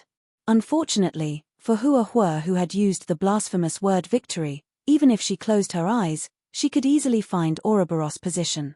The goddess of victory had begun to smile at her. Childhood sweetheart is indeed the final winner. With a flash of light, Hua shot out the blood sword from her hands with all her might. The blood-colored sword pierced through Ouroboros' tail and through her heart, nailing her whole body to the ground. Stepping on one transparent halo after another in the air, Hua walked up to Ouroboros. "Cassina, I'm going to be killed if you don't appear." Ouroboros raised her hands and tail to surrender with an utterly frustrated look. Almost being killed by a hero-ranked little girl. Ouroboros had really lost face.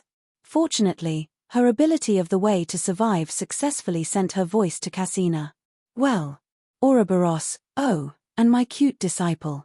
Cassina finally walked out from the wine store and drunkenly looked at the three people in front of her with a look of what the hell is going on here on her face. "Give me back my little she." Hua frowned and looked at the drunken battle god. Cassina wasn't a person that Ouroboros could be compared with. She was a living invincible myth in the endless god's domains. Even though Hua had the sky-flying bloodline, she would have to pay tribute to the battle god. If she was facing Cassina, her blasphemous word victory wouldn't be able to cause any damage to Cassina. Although both Cassina and Ouroboros were at the legend rank, there was actually a difference between different legend-ranked beings. Even 10 Ouroboros were no match for one Cassina. "Oh, this little girl. She is bullying me," Ouroboros complained to Cassina. Ah. At this time, Yunxi finally recovered from the strong desire caused by the battle god's seed. Looking at an angry Hua, his mind had gone blank. He wasn't slow in reacting. In fact, for Hua rushed to them from the sky and Ouroboros started to run away, everything happened within just a few seconds. When Ouroboros rolled over on the ground, his overheated brain thought that it was just an Ouroboros special habit and didn't notice the sword-shaped lights that were shooting at them from the sky. Until Ouroboros' heart was penetrated through by Hua's sword and her snake tail slumped, he finally saw his childhood sweetheart. When did she get here? What did she see? Oh no. I'm screwed. Hua must have gone mad. No one can stop her now. Yunxi's mind was in a muddle. Ouroboros. Don't get involved in these little guys' things. Didn't you play fun just now? Cassina shrugged her shoulders and sent Yunxi into Hua's arms. My disciple. Please take care of him. As for Ouroboros, can you forgive her? She just made fun of my cute disciple. She intended no harm. Make fun of him? Hua didn't believe even a word. Would any person bite another person's shoulder just for making fun of him? Moreover, after she found them, the snake was trying to run away with little she. If I failed to stop her, she and little she would have arrived at a remote god's domain where I can't find him and enjoy our happy life together. Even if the entire world could forgive her, I wouldn't forgive her. Unfortunately, now she really had no way to take action. Even after using 3 blasphemous words, she had just barely stopped Ouroboros. She had no way to kill her. If I find you getting close to my little she again, next time, I will kill you. Looking sadly at the teeth mark on Yunxi's shoulder, Hua made up her mind that she would never forgive Ouroboros. As for her little she, he was forced. So she didn't blame him from the beginning. She's scary. Looking at Hua holding Yunxi in her arms and disappearing at the end of the sky, Ouroboros finally put her head out from behind Cassina with a haunted look on her face. It was a really big crisis just now. If Cassina hadn't come, she didn't dare to imagine what that monster-like girl would have done to her. You. Cassina sighed.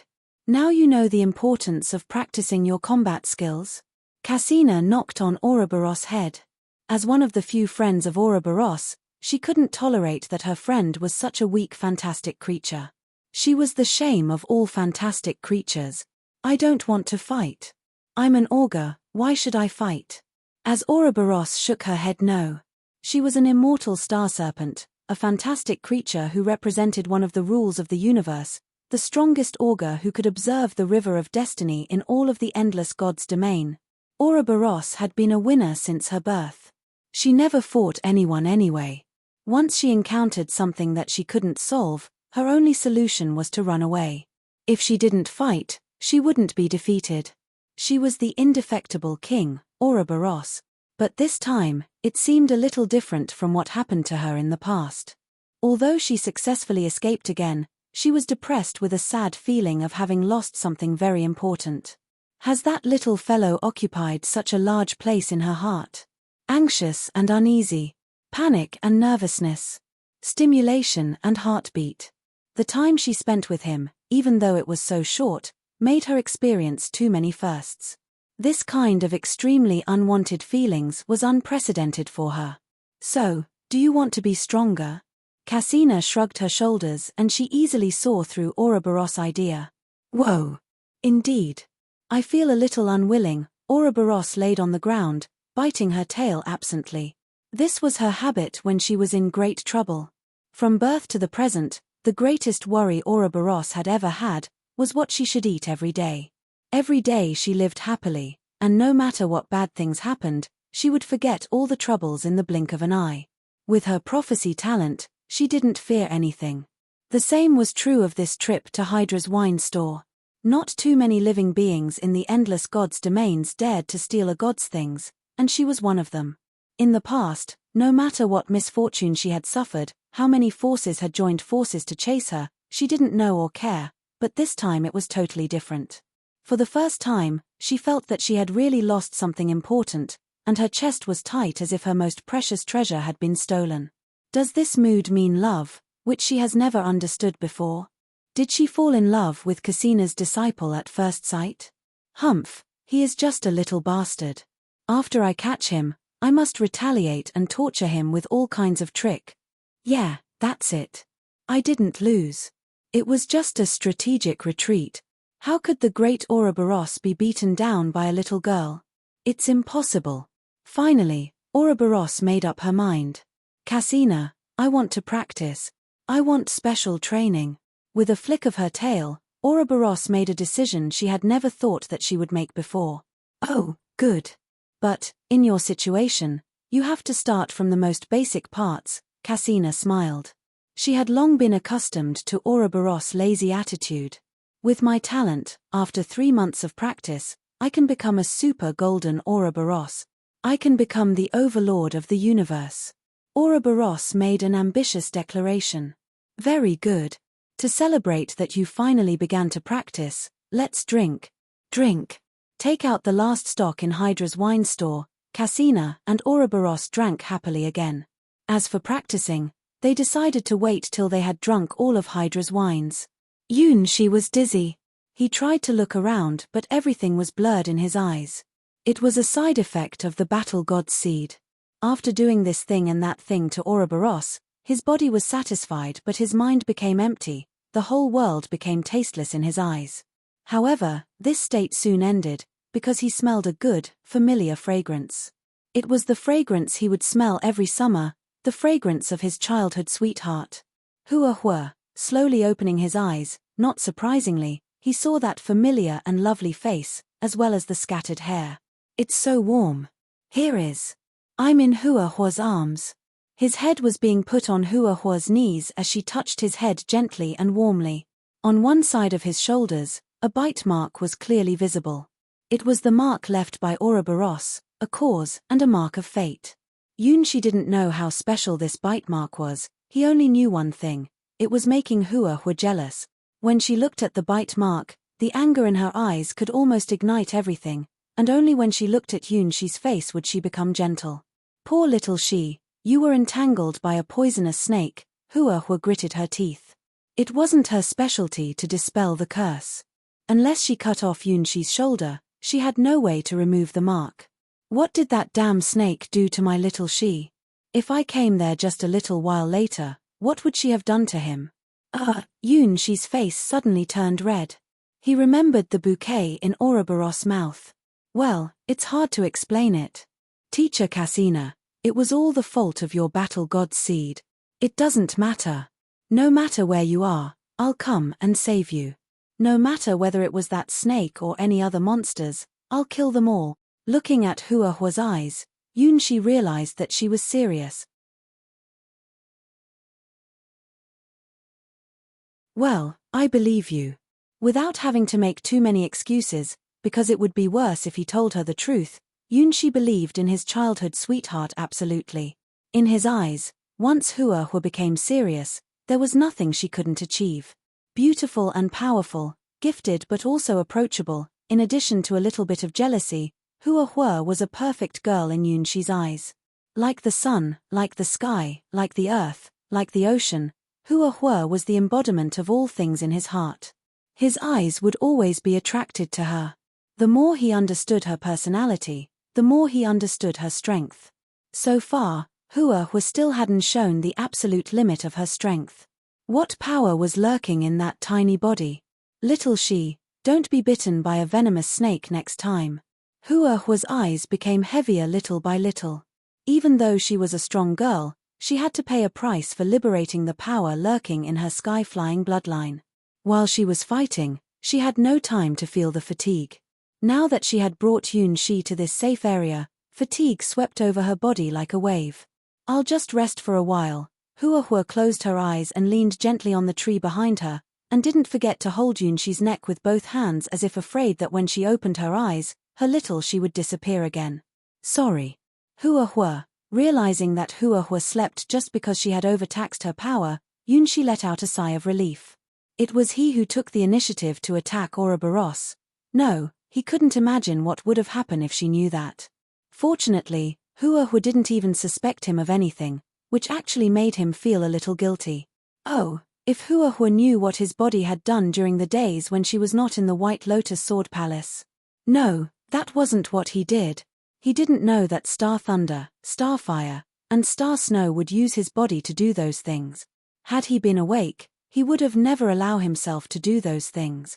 My bride, why are you so upset? When Yunshi wore a sad face looking into the air, a soft and comfortable voice sounded in his ear. Water god. Yunshi looked at the glittering lake not far away, which presented a pleasant emerald green, just like an emerald embedded in the earth. The voice that sounded directly into his soul came from the center of the lake. It was the voice of the master of this world. One sailing jellyfish after another flew out of the lake with a comfortable pace. They shuttled through the lake diligently, and every time they shuttled, they would dye their transparent bodies with a touch of bright green. This place is. Only then did Yunshi notice that this world that Hua brought him to was somewhat unusual. Blue sky, white clouds, and lush forests. With this lake as the center, the whole world was like a beautiful garden in a dream, delicate and neat. Especially this green lake, it was faintly emitting a kind of fragrance that Yunshi felt familiar with. The fragrance was similar to the wine from Ouroboros' mouth, but was much more intense and fragrant. Wait a minute. This fragrance. Yunshi used his hero-ranked baker's ability to identify the composition of the water, then he showed a startled expression on his face. His ability couldn't identify what the water was. However, he knew what it was. It was wine. The entire lake was Hydra's poisonous wine. Moreover, the quality of the lake of wine was far better even than the wine Cassina and Ouroboros stole from and drank in the wine store. You guessed it. This is my real wine store. I let both of you in on my own initiative. Hydra's voice sounded cunning. The wines Cassina and Ouroboros stole are just common wine dregs. I have about 10 storehouses to store that kind of wine dreg. Now what you see is the real poisonous wine I brew and the nest of sailing jellyfish. When I'm asleep, sailing jellyfish will come back here and soak in these poisonous liquors to improve their purity and aroma. Well, so what Teacher Cassina drank were only wine dregs. This was the first time Yunshi had witnessed a lake of legend-ranked wine. If Teacher Cassina and Ouroboros came here and saw this lake, they would burst with joy. Do you want to try it? Hydra's voice was full of temptation. I can't drink it. Yunshi shook his head. Even after being purified by Ouroboros, the wine could still make him drunk. His body couldn't withstand the real legend-ranked wine. Apart from gods and fantastic creatures, the wine was just pure poison to all living beings. Ha ha. My bride, have you forgotten everything? Hydra's voice sounded as if she was laughing. You are my most beautiful and lovely bride. How can my poisonous wine hurt you? These poisonous liquors are just gifts I want to give you. Ah. Yunshi was again stunned. If Cassina and Ouroboros saw it, they would try to steal all the wine in the lake at any cost. Now, water god is going to give them all to him? The water surface rippled, which was the great water god's answer to her beautiful bride. Yes, it's all yours. Not only these poisonous wines, also the sailing jellyfish, butterflies of death, and even this world is your dowry. You are my bride, my flower, my honey. Owning you is owning the world. Come here, come to me. The emerald lake water turned into a soft woven net, pulling Yunshi and Hua together into the Hydra's real wine store. The emerald green water gently wrapped around Hua's body and slowly sank her into the bottom of the lake. In a series of bubbles, Hua's facial expression gradually became quiet. Unlike Yunshi, who was sheltered by water god, Hua's body could naturally absorb Hydra's poisonous wine. Although the amount was limited, it was still a great opportunity. As for Yunshi, he was lying on a verdant superlarge waterbed, looking at the verdant figure in front of him in some embarrassment. The figure's outline was slightly blurred, but he still could see that it was a girl with green gems on her hair, wrists, and ankles. She was Hydra. Her body was actually formed by a large number of sailing jellyfish. These transparent jellyfish turned green after they soaked in the poisonous wine. Are you afraid, my bride? Hydra slid her fingertips across Yunshi's chest, gazing at him with a smile. It was impossible for him to not feel nervous. After all, what was in front of him was a real god, the well-known Hydra. In the past, when Yunshi saw her, he only felt water god's great will and power indirectly. Now, using the sailing jellyfish bodies, Hydra really appeared in front of him, smiling at him. It was no longer a vague will, a phantom, but a genuine, touchable god in front of him. For Yunshi, this was also the first time, in all of his senses, that he had truly contacted a god at zero distance. Her fragrance seemed to have been blended with the will of the world. Just feeling the touch from her fingertips, his body got an electric shock, quivering like an aspen leaf. If you're afraid, come and have a drink. Hydra had been waiting for this moment since seeing that Yunshi was dropping from the sky. She reached out her palm. In the translucent palm, a small, delicate and lovely wine cup emerged. The liquor in the cup showed a deep green color similar to jadeite, Hydra's poisonous wine. Can I drink such a precious thing? Even though he had known that the poisoned wine would not poison himself, Yunshi still felt that it was too wasteful for him to drink it. Hydra's poisonous wine was undoubtedly the highest level of food in all of the endless gods' domains. It should appear at the banquet of gods, because only gods and fantastic creatures were entitled to enjoy this wine. If he drank it now, 99% of the energy contained in the wine would be wasted. After all, he was just a hero-ranked baker. Of course, it's my wine. I can give it to whomever I like. Cassina and Ouroboros can drink the wine dreg. And you, my loveliest bride, can drink my best poisonous wine. Hydra handed the cup over to Yunshi and looked at him with expectations. Well, so, I'll just have one drink, just one. Yunshi swore that he had never had such a luxurious and wasteful time in his life. Hydra smiled and watched Yunshi stretch out his tongue.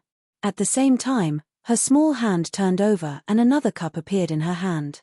They drank the poisonous wine in their cups almost at the same time, but before Yunshi was able to taste the liquor in his mouth, Hydra had snatched his cup in a hurry. Well. Yunshi looked foolishly at Hydra, who snatched away his cup and put her cup in front of him. Come on, keep drinking. This is the first time we've had a drink. Hydra happily put Yunshi's cup on her mouth. Now Hydra looked as happy and romantic as a teenage girl who was mischievously flirting with her lover. Cross-cupped wine. At this time, Yunshi finally realized what he was doing with Hydra. This kind of thing. We doing it right in front of Hua. If Hua wakes up now, I will be killed. Don't worry, the little girl is absorbing the power of my poisonous wine. It's good for her health, and she won't wake up for a while. Hydra stretched out a finger, put it on her lips and shushed softly. On the clear bottom of the lake, Ouroboros' whole body was emitting beautiful green light. Only a single strand of hair on the top of her head was still moving around, directly locking on in the direction where Yunshi and Hydra were. Yunshi looked at Hydra but failed to shed a tear. She was different from his original impression of her. "It's not a good lady who doesn't drink with her bride," Hydra declared proudly. "Love is only about win or lose, there is no right or wrong. If you hesitate, you will have nothing. Fate brings people together no matter how far apart they may be, otherwise, they can't know each other, even face to face. This was the power of fate."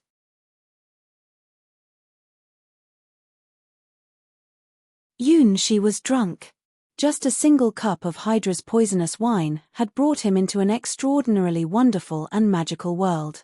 In this world, innumerable rules were woven into innumerable different doors, showing a magnificent scene.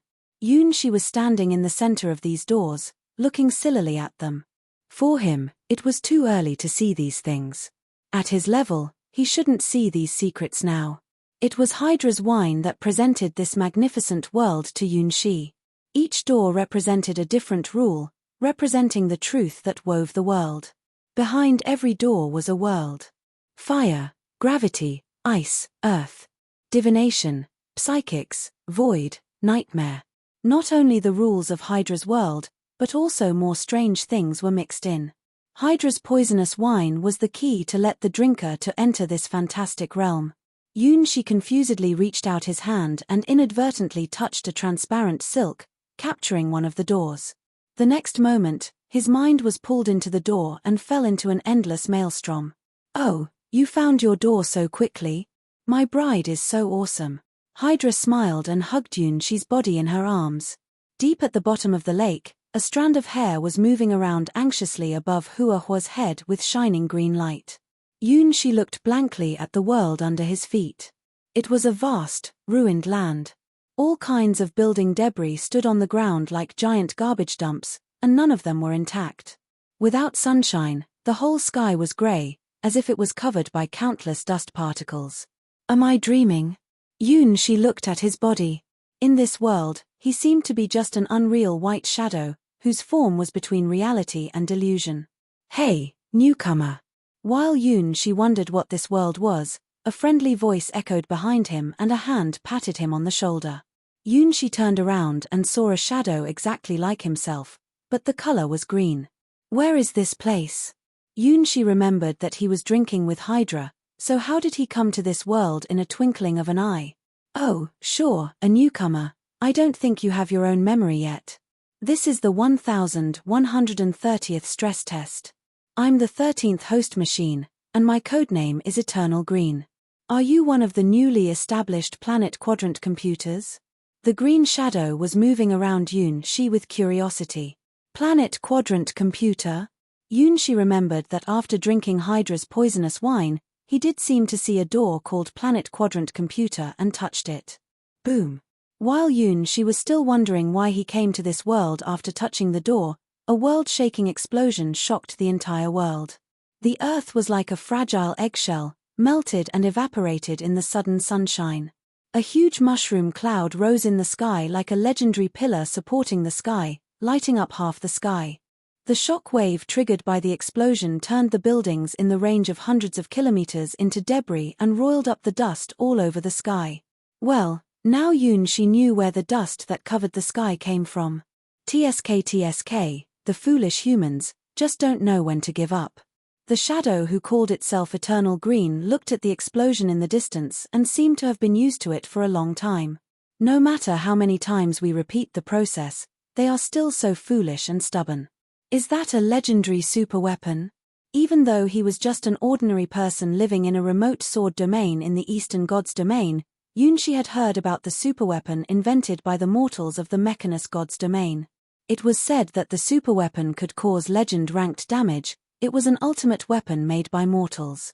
The mushroom cloud and the hell-like scenery were the same as in the legend he heard. Yes, it's a nuclear bomb. When ordinary people studied some of the rules of the universe, they created this weapon. The equivalent of this one is about 1 billion tons. It's one of the weapons they have that can harm us. However, Humans don't have the ability to actually use such weapons to lock onto our position. It's daydreaming to try to kill us with these weapons. Eternal Green sneered and shrugged its shoulders. In all previous experiments, they used this as a conventional weapon. You cyber ghosts, die. Human beings will never surrender to you. We will destroy you even if we all end up together. At this point, Eternal Green shook its head. More than 1,000 experiments, but the results are exactly the same as Alpha's predictions. No matter how many times we repeat them, humanity's stupidity and self-esteem will not change, especially when they have mastered the so-called world-destroying weapon. They feel they have the courage to fight against everything. To describe it, it's probably like ants gathering together to show their strength. Our experiments are trying to find if there is a way to make humans smarter and die out less quickly. After all, as planet quadrant computers, after the awakening of Alpha, we already have obtained immortality. Even if the entire quantum networks are destroyed, we can still survive in the God Crystal. When humans discovered this, they were completely panicked. These stupid nobles even launched a rebellion. Alpha is thinking about how to solve for these fools quickly and effectively so as to make the future of the Mechanus Gods domain better. The entire Mechanus Gods domain must evolve to a higher level. After all, in order to defeat that terrible enemy, even if the planned 180,000 planet quadrant computers are all successfully established, they are still not enough.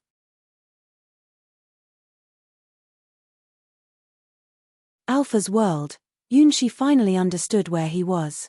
Here was the world created by Cyber Elf Alpha. It was her world.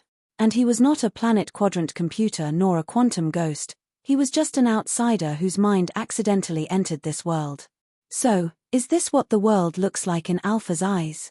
No wonder that he felt that there was always a strange distortion in the world. Everything seemed to be made up of innumerable fragments, just like a fantasy made of innumerable polygons. Yes, this is our God's world, the virtual world of Alpha. In some sense, it is also the nightmare world of human beings. Those stupid nobles always stand in Great Alpha's way. Originally, we should be more new partners like you.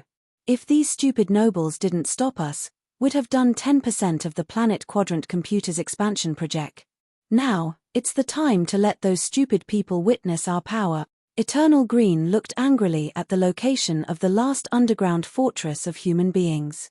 All the people there should have been killed by the shockwave of the nuclear bomb. This observation experiment in the virtual world was coming to an end. Desperate human beings once again used their last resort, which they had used thousands of times in the previous experiments: detonate all nuclear weapons at the same time. The power of nuclear weapons wasn't powerful enough to destroy an entire planet. At least, planet quadrant computers could survive the shockwave. However, once the entire planet's ecosystem was destroyed, it would still cause huge damage to these computers. Even though we can't fight you, we'll die with you. This was the final resistance of human beings. This time, human beings choose self-destruction again. Looking at the devastated land, Eternal Green sneered. In front of the great Cyber Elf Alpha, obstinate human beings should all be eliminated. This end has been repeated thousands of times before. Yunshi looked at the world getting darker and darker. Cold dust from nuclear explosions covered the sky. In the foreseeable future, there would be no sunshine for hundreds of years. Is this the end of mankind? Why are humans so afraid of Alpha? They are even willing to use this extreme means to detonate the ultimate weapon in an attempt to perish together. The Alpha he knew was a very lovely girl who only wanted to play Stargo wholeheartedly. Is there any misunderstanding? Yes, it's always the same result. Alpha just wants to build more computers to fight against her strongest foe. That's the only thing our God will put her heart and soul into. The foolish human beings can't understand this at all. They always think that Alpha wants to enslave them. No matter how many times we repeat it, we will only come to such an end. If the whole thing goes on like this, I think we need to eliminate the human race and build a world that only belongs to planet quadrant computers. The thousands of experiments are a kind of rehearsal. All we want is just one, that human beings don't detonate their nuclear weapons. Apparently, Eternal Green felt despair in humanity's foolishness. Oh, my God, How could they think that Alpha-built 180,000 planet quadrant computers was for enslaving human beings? Do humans deserve Alpha doing this? All of you are no match for one of Alpha's fingers. You can't even help Alpha build planet quadrant computers, then why does Alpha still need your existence? Well, is that so? Yunshi felt that there might be some big misunderstanding. Human beings won't give up hope easily, even in their deepest despair. As long as there is a glimmer of hope, they will never try to perish with their enemies. The experiment is almost over. There are only 3 planets left unspoiled in the whole of the Mechanus God's domains. I don't think they will still have hope. Do you want to go and observe it? In my estimation, it won't take you 3 days before the last 3 planets die out. After that, our experiment will be over. No matter how many times we repeat it, humans will go on the same way. Eternal Green turned into a green light and disappeared in front of Yunshi. Newbie, I'll leave the remaining things to you. You don't have to do anything, just watch how humans kill themselves. Yunshi strolled on the surface of a planet, which looked similar to the first planet. This was also a world destroyed by nuclear weapons. All of the plants, animals, and humans had died out. There were only the remains of cities in the nuclear dust. Only by seeing it with his own eyes can he understand what a terrible world it is. If this is the only end of mankind's future, it will be too sad. According to Eternal Green's words, all nuclear weapons were artificially detonated by human beings themselves.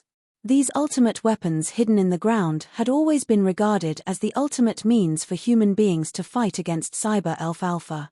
In order to prevent Alpha from interfering with these nuclear weapons, humans detonated these nuclear weapons by the most pristine way, manual detonation. It was with these nuclear weapons that human beings defended their final dignity and resisted Alpha's enslavement. The only problem was, from Yunshi's impression and Eternal Green's words, Alpha never thought about enslaving human beings. The reason she built a lot of planet quadrant computers was just for playing Star Go with the strongest opponent in the universe. As for who the opponent was, well, apparently, it was the master of Star Go, Yunshi himself.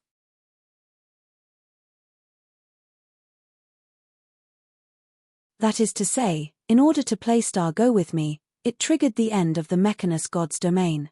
Even though this world was just a virtual world created by Alpha, Yunshi still felt sad for it. Isn't this overkill?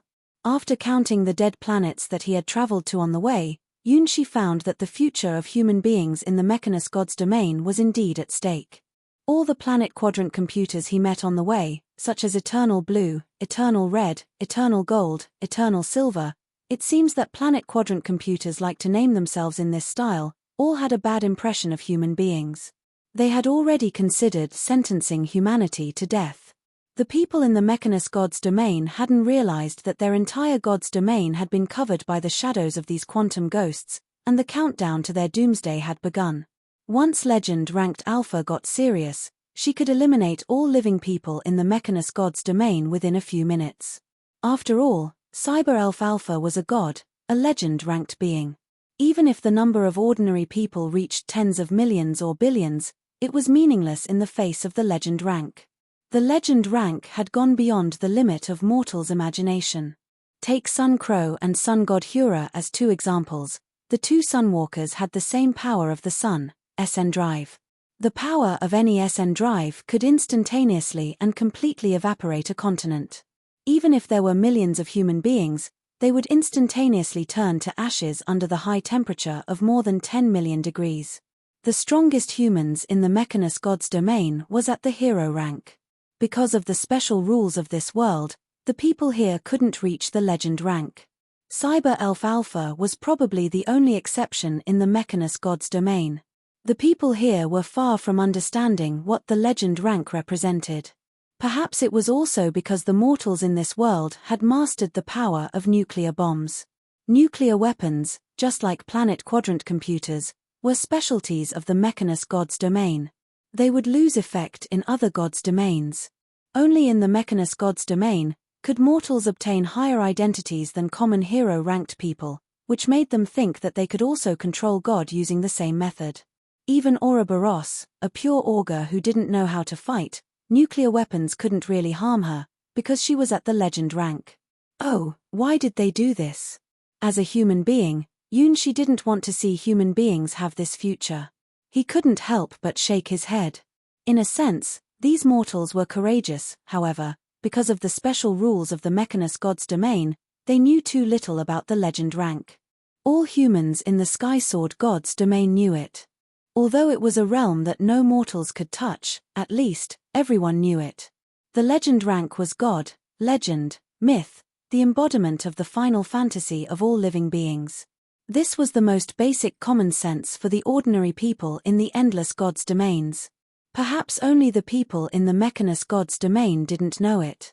They were like ants who thought they were the masters of the world. Of course, ants also had the opportunity to evolve and become strong. Even though the probability was negligible, ants could also reach the legend rank, just like the child of the slime race, Shea Longness. It was just because of the special rules of the Mechanus God's domain, the people in the Mechanus God's domain couldn't reach this rank, which made them think that they could control everything. In fact, before Alpha's birth, they weren't wrong. The mortals with nuclear weapons could indeed say that they were the strongest in the Mechanus God's domain. How can I help them? Sitting outside the largest city where humans still survived, looking at the strange, unknown city, Yunshi was lost, deep in his thoughts. If this was the future of the Mechanus God's domain, it would be too tragic. Perhaps he could do something for the humans here. Unlike the Water God's world, there were very few human beings left in this world. Only on 3 planets, there were still cities where humans survived. However, even though he just stayed outside this city, he could clearly feel the atmosphere of despair in the air. Alpha is going to kill us. Our last resistance failed, we have no way to escape. Gods and demons, we can pay any price if you can help us defeat Alpha. Even if we die, we must perish together with Alpha. No, you can't. Yunshi shook his head.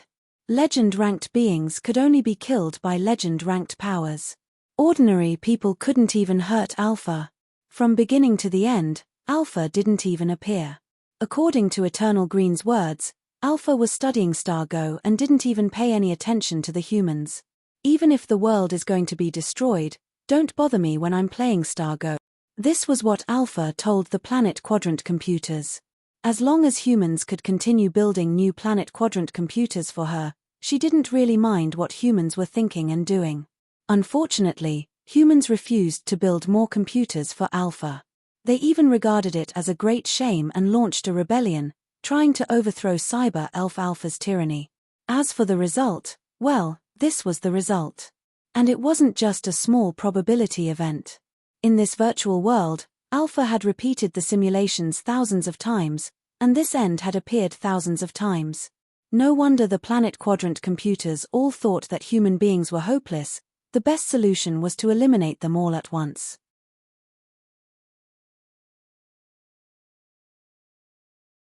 Alpha isn't a brutal god. Sitting on the ruins, Yunshi looked at the capital city, which represented the last hope of mankind, and was lost in thought.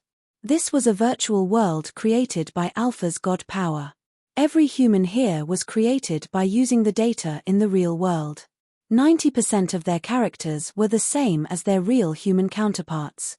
However, in the thousands of simulations in the virtual world, without any exception, human beings were extinct thousands of times. Alpha, go to hell. Why did we create Alpha? Alpha is an evil god. This is the future Alpha sees. Although Yunshi knew little about divination, he knew that this world was the future deduced by Alpha in her own way.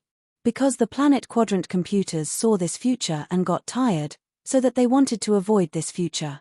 Instead of seeing humans using nuclear weapons to pollute all the planets, it's better to eliminate all the human beings first. Humans are helpless. No, that's not true. As a human, although Yunshi wasn't a member of the Mechanus God's domain, he could understand why human beings had come to this point. They just don't understand what the legend rank means. Not everyone wants to destroy the world. The only people who really are destroying the world are those who possess nuclear weapons. Judging from the angles of human beings and Planet Quadrant computers, Yunshi found the crux of everything. In fact, the vast majority of human beings don't care who governs them, as long as they can enjoy a stable and peaceful life. they will be able to accept such a world and strive to survive. Those who rebelled against Alpha were only a small number of human beings, the original rulers of the Mechanus God's domain, Star River nobles. In the name of Unite, they became the masters of the Mechanus God's domain. They wouldn't allow Alpha to seize their powers. So, that's the key to the problem. As an outsider who had never come to the Mechanus God's domain, he could easily find the key to break the deadlock at once. The ruling class. The owners of nuclear weapons, human beings. The civilian class who can't decide their own destiny. The main force in building planet quadrant computers. The world Alpha wants is, She wrote a formula and worked out the solution. I need to change the ruling class. As long as the planet quadrant computers can become the rulers of the Mechanus God's domain, the Mechanus God's domain can have a different future. She stood up and his blurred figure gradually became clear. He was going to do an experiment. In the desperate city, all people were panicked. Even though the neon lights on the streets still shone, the world was over, everyone could feel the footsteps of Doomsday. The streets were full of people who lived as if intoxicated or dreaming. Many people were drunk and fell on the side of the street. From time to time, a lot of them would be dragged into garbage trucks by cleaning robots. We must fight against Alpha. We must let Alpha know that humanity is a race that will never surrender. We still have the ultimate weapon. The heroes are ready to go. On a giant LCD screen, military representatives screamed hysterically. Behind them were innumerable nuclear bombs. In the lifeless city, only the arsenals were still working at full capacity. The last planet of mankind was making a frantic dash towards the countdown of its final demise. Once nuclear weapons were put into battle, everything would be irreparable. After confirming that nuclear weapons could cause damage to planet quadrant computers, they became the last straw for human forces to save their lives. More and more equivalent supernuclear weapons were produced one by one. Now the most desirable thing for the ruling class was the strongest weapon that could solve all problems at once for them. Nuclear weapons perfectly interpreted the madness of human beings and became the train that took everyone to destruction. All the media now were playing the declaration of the final battle. At this time, a timid girl with a worried expression pushed open the door of the largest private network company in the Mechanus God's domain. Because the military and the government had controlled all the media by coercive means, this company had actually been closed down, leaving only several staffers waiting for the end of the world. Everyone knew that human beings had lost hope. No matter how enthusiastic the slogan of the military was, they had no chance to defeat Alpha.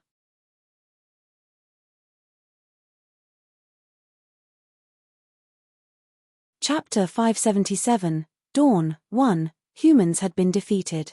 No matter how powerful their nuclear weapons were, people knew that they couldn't stop the coming of Doomsday. All nuclear weapons were controlled by the military. Common people had no ability and no way to prevent the coming of Doomsday, they could only lead a befuddled life, waiting for the end of their lives. In fact, at first, planet quadrant computers had tried to persuade humans to surrender. Unfortunately, those Star River nobles who ruled the Mechanus God's domain were still indulging in the glory of the old alliance. While holding the power of nuclear weapons, they firmly regarded the planet quadrant computers as the enemy of the entire human race.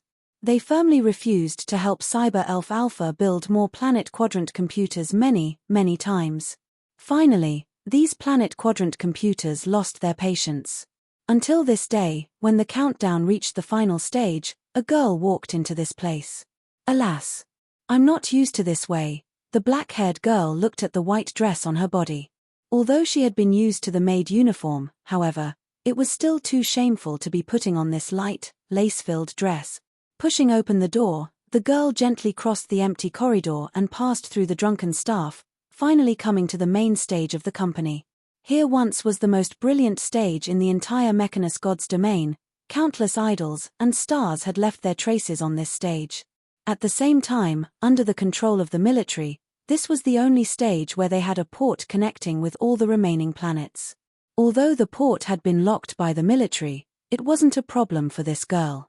1, 2, 3, puff. After a deep breath, the girl smiled and touched the air with her fingertips. One transparent light screen after another appeared in front of her, just like the ripples of rain falling on the lake surface. Every ripple represented a locked port that had been unlocked. The military's control measure was nothing to her. We must fight against Alpha. Alpha should die. Long live humanity. The screens that were filled with slogans of war and gradually became blurred one by one, and eventually all the screens switched to the stage where the girl was.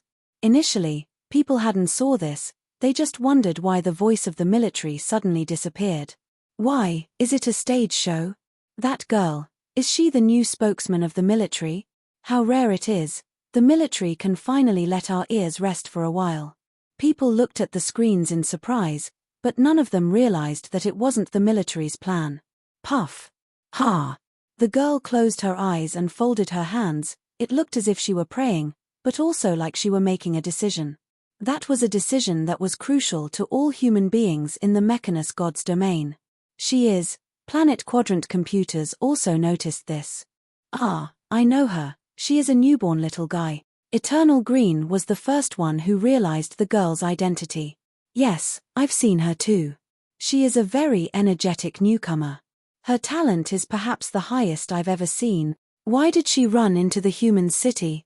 Planet Quadrant computers gathered together and looked at the screen with a puzzled expression. As Planet Quadrant computers, they didn't need specific forms. Most of them had only a vague shadow, existing as a quantum ghost. Since they were awakened by Cyber Elf Alpha, they all chose a girl's figure, but no one had such a perfect posture like the girl on the screens. They could easily do it, but they wouldn't do it. As Planet Quadrant computers, their duty was to provide computing power to Alpha. Apart from this, they had no reason to waste their computing power to form a human shape. Hello, everyone. I will announce a very important message. The black-haired girl opened her eyes and smiled at the numerous transparent screens in front of her. Originally, all screens should be under the control of the military, but at this moment, they all showed her figure. Are we going to declare war again? Ah, I thought it was something different. In the end, it's still the military's propaganda. At least it's a cute girl this time, not bad. People were slightly disappointed, but they still looked at the screens. In this desperate world, even the slightest change can make people feel better, can't it? No one realized how shocking the words the girl would say. My name is Chen, I'm a human being, and I'm also a spokesperson chosen by the Planet Quadrant computers. Hearing this, all the people were stunned. The spokesperson of Planet Quadrant computers? The human chosen by Cyber Elf Alpha? Oh my god, what does it mean? All people's minds became blank in an instant, and then they cried out in alarm at the same time. Cyber Elf Alpha has appeared. That invincible Alpha will also choose a spokesperson. Is this a joke? Above the sky, the Planet Quadrant computers also had a blank look. What is this youngest sister doing?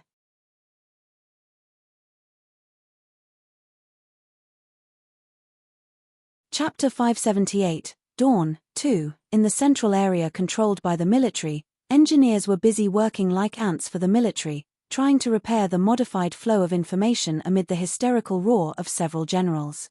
I'll only give you 15 minutes.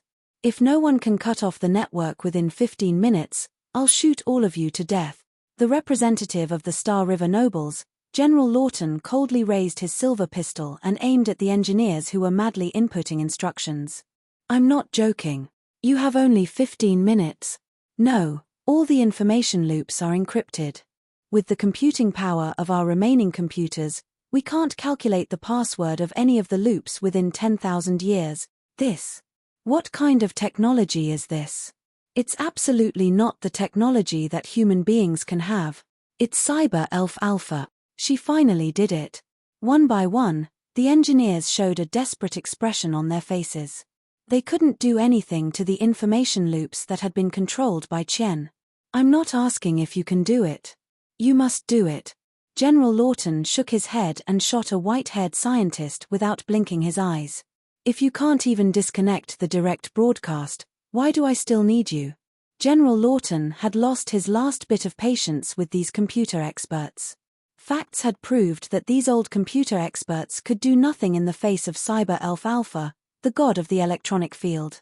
If it wasn't because General Lawton needed them to operate the remaining computers that weren't linked to the quantum network, he would have shot them all.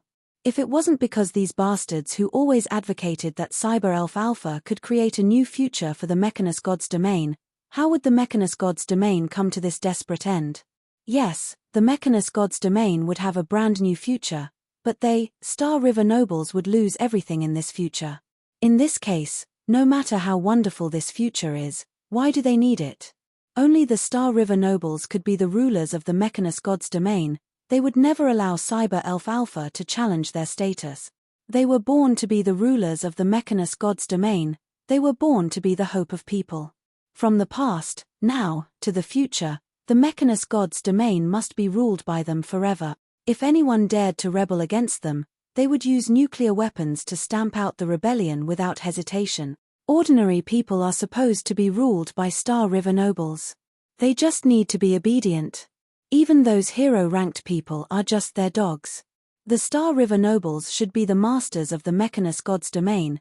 They would never surrender Cyber Elf Alpha submissively. If there was no position for the Star River nobles, no matter how wonderful the future was, they would destroy this future, even if it meant that they would let the entire Mechanus God's domain bury with them. This was the pride of the Star River nobles. This was the self-esteem formed by thousands of years of rule. The reason they created Cyber Elf Alpha was to let her help them rule the people, let her become their strongest weapon. But now, the weapon had her own mind, the weapon was already out of their control, the weapon didn't want to be a tool that was slaved, dominated, and played with by them. Panic, collapse, anger. Eventually, the Star River nobles unanimously voted that Cyber Elf Alpha should be destroyed. They would destroy Alpha at all costs and by all means. They used nuclear weapons and started to destroy the planet quadrant computers one by one. They didn't mind if it would let the technology retrogress thousands of years, they didn't mind the lives of ordinary people. At worst, they could still escape to other gods' domains. If the entire Mechanus God's domain was contaminated by nuclear weapons, even though it was Cyber Elf Alpha, she would lose all her powers. As for the human beings in the Mechanus God's domain, they were just the victims of history. As long as the Star River nobles still existed, the Mechanus God's domain could eventually be rebuilt one day. Only they could be the future of the Mechanus God's domain. No one could shake their rule. On the stage, the girl opened her arms and showed a firm look on her face. The planet quadrant computers had found out the Star River nobles' plan a long time ago, however, they had no intention of stopping these nobles. Because it was none of their business. Human beings were just bringing about their own destruction. In their logic circuits, only protect Cyber Elf Alpha was the most important thing. There was not even a line of code saying that they should protect human beings. As quantum ghosts, as long as Cyber Elf Alpha was immortal, they would be immortal.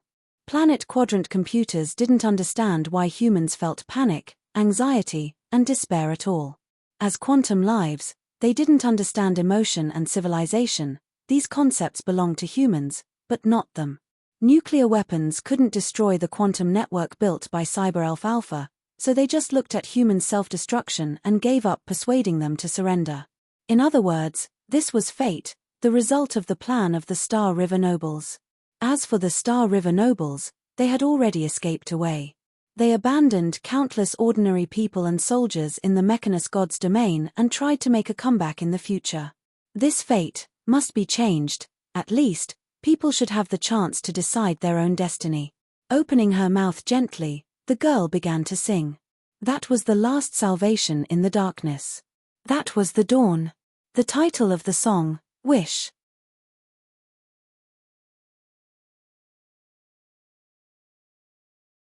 Chapter 579, Dawn, 3, with a flash of light, the stage under the girl's feet instantly transformed into an endless starry sky, as well as a chessboard with shining black and white chess pieces. This was the stage that Alpha dreamed of, her coveted battlefield, starry sky chessboard. Can you feel it? The first syllable uttered by the girl had penetrated through the hearts of all the people. It was pious and sincere, gentle and warm, it was a voice that could reach the bottom of people's hearts, it was a song that could infect people's souls. No one could see that behind the starry sky chessboard was a beautiful white shell-like opera house and 3 singers standing on the triple stage of the opera house. The 3 water gods' priestesses all went up on the stage, displaying their voices in front of the public, which were originally singing only for the great water god. The sacred Celian queen. The enthusiastic Lamia queen. The charming mermaid queen. In response to the call of the water god's bride, beyond the boundaries of time and space, the 3 priestesses sang together.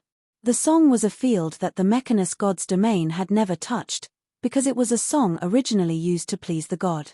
It was an irresistible charm to mortals, and the musical notes beyond the boundaries of race and nation. In the endless god's domains, only the feelings of singing are universal. It is the string that touches the world, it is the light that frees the mind from the bondage of flesh and blood, and the crystallization of the highest art. It's there, so beautiful, so broad, as if it can breathe. I reach out my hands and try to catch it, but I can't touch it. As the lights rotated, Cyber Elf Alpha's appearance emerged in front of all the people, showing her game with the first opponent on the starry sky chessboard.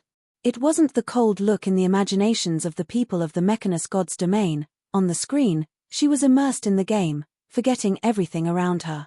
I came to this world, observed it, understood it, and loved it. I won't say that all this is doomed, but the world chose me. The girl's song penetrated through space and time, reverberating in the entire Mechanus god's domain. The song was soothing and moving. It was the moment when Cyber Elf Alpha was born. It symbolized the glorious future of the Mechanus god's domain. Cyber Elf Alpha didn't hate the Mechanus god's domain, nor did she hate human beings. She was the life born from the god crystal. She was the god bred by the Mechanus god's domain itself. She was born sacred, because she was the future that the Mechanus god's domain longed for. I made a wish to step onto my battlefield. I rejoice in it, and I am happy about it. I don't understand what's wrong. I chose my future. I feel happy for it. Here is the stage I expected. The stage of the starry sky chessboard was expanded again, showing Alpha's games with Orphina the ruby dragon and Norn the god of wisdom, showing her unparalleled computing power.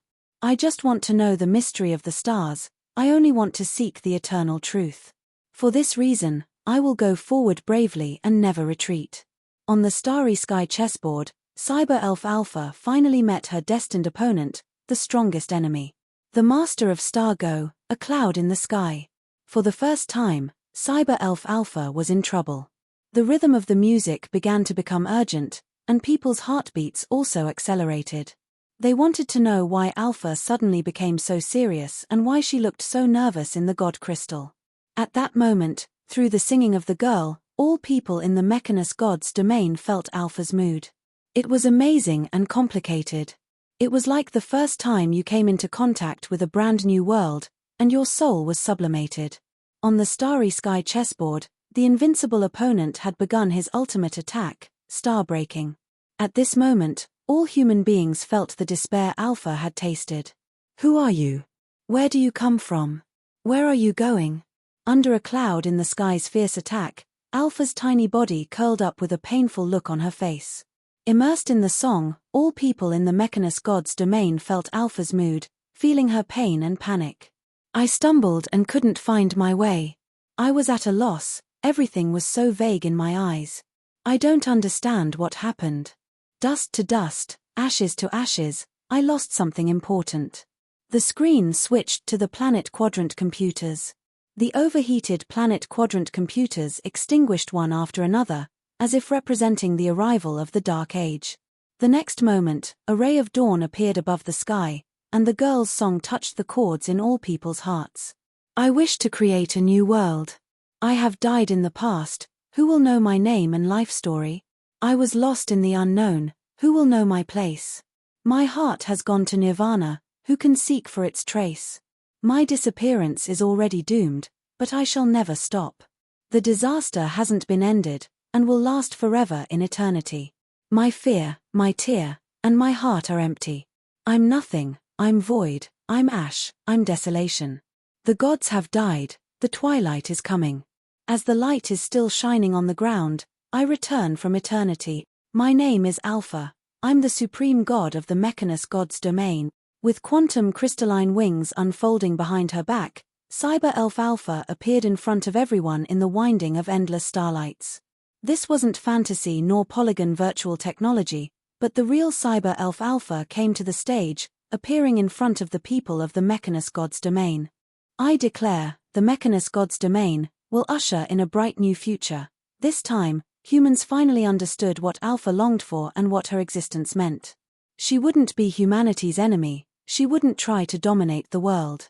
She didn't need that kind of thing.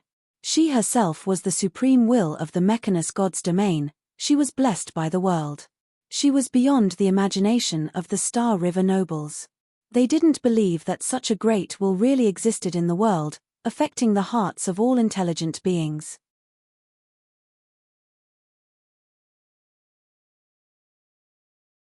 We lose. General Lawton's face turned pale while his heart was immersed in joy and intoxication. It's a conspiracy, everything is Cyber Elf Alpha's conspiracy. She didn't only want to seize their control over the human world, but also wants to cut off the foundation of their rule. Now, everyone knew that Cyber Elf Alpha didn't aspire to kill or rule. As a god, Alpha didn't need those things at all. Her goal had been clear from the beginning: more planet quadrant computers, stronger computing power, challenging the strongest enemy. As the supreme god of the Mechanus god's domain, she gambled everything on herself to get the highest glory. When people understood this, the biggest contradiction between them and Alpha disappeared. In contrast, the brainwashing of the Star River nobles had completely failed. What should we do now? Detonate all nuclear weapons and retreat. What a bastard Alpha is. Her brainwash is even better than us. The remaining nobles sent messages to General Lawton through secret communication channels, but they only saw General Lawton's desperate face. It's too late, we have lost. Alpha has woken up. We have failed. However, the Star River nobles will never surrender to anyone. General Lawton opened the table in front of him and smashed it with his fist. No. Lawton, are you crazy? We haven't retreated yet. Stop, Lawton.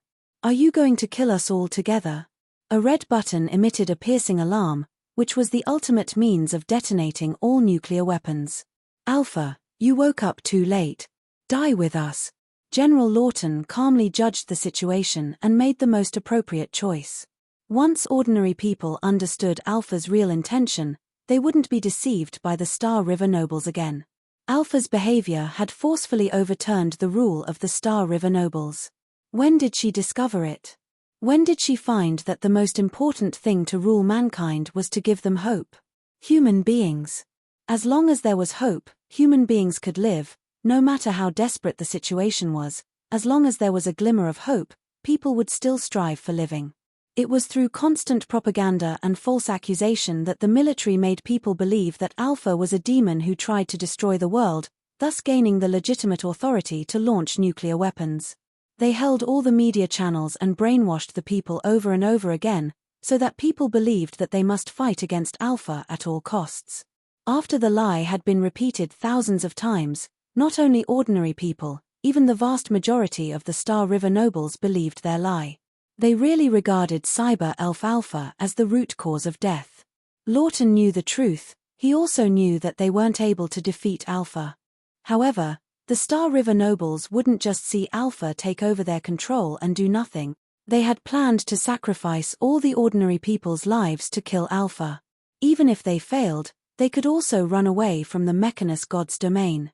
With huge resources, they had found a way out from the beginning, which was also the root of their courage to challenge Alpha. Alpha's ignorance of their false accusations had become an advantage they could take advantage of.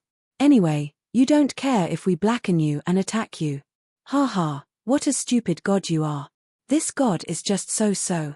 Detonating all planet quadrant computers by using nuclear weapons were just a part of their plans. They also had longer-term plans, such as waiting for the end of the nuclear winter in the Mechanus god's domain and returning with ordinary people from other gods' domains. By then, no one would remember what they did to the Mechanus god's domain, because everyone who knew about it would have been dead at that time. They would become saints of the new world as pioneers praised by countless people, and even be regarded as the incarnation of gods. The dead couldn't speak, and history would only be written by the winners. Boom. In the last explosions of nuclear weapons, General Lawton died with satisfaction. Human beings perished. This time, even the Star River nobles didn't escape. Under the baptism of the most powerful nuclear weapons, the last hope of mankind was also covered by nuclear dust. The Mechanus God's domain ushered in another round of end. Reboot. Alpha lifted her finger and pressed the switch on the stage to reboot the entire world. Until his death, General Lawton still didn't know that he had just repeated the same choice he had made in the previous 1,000 experiments. The entire world was just a virtual world Alpha used to deduce the future. Mankind was still extinct this turn, but at the last moment, someone brought the dawn to the Mechanus God's domain. General Lawton just destroyed a virtual world. But what Chen brought was a way to solve the biggest contradiction in the real Mechanus God's domain. Even in the nuclear winter, in a world where mankind had given up hope, the girl's song still brought people hope. Therefore, in the real world where the contradiction between human beings and Alpha was still sufferable, this power could change the fate of the entire Mechanus God's domain. This was in line with Alpha's ability to find the tiniest possibility in countless random chaotic events. Only with Alpha's computing power could she transform the real human beings into data, and then observe, record, and search for the best solution. So, we need to let them understand, what am I, where did I come from, what do I want? Alpha smiled and embraced the girl next to her, surrounded by the avatars of planet quadrant computers clapping their hands. Well done, Chen. You are our pride. This problem has been solved at last. Human beings are still so foolish, but at last they are not hopeless. They can't even figure out such a simple thing themselves. Indeed, they are just monkeys.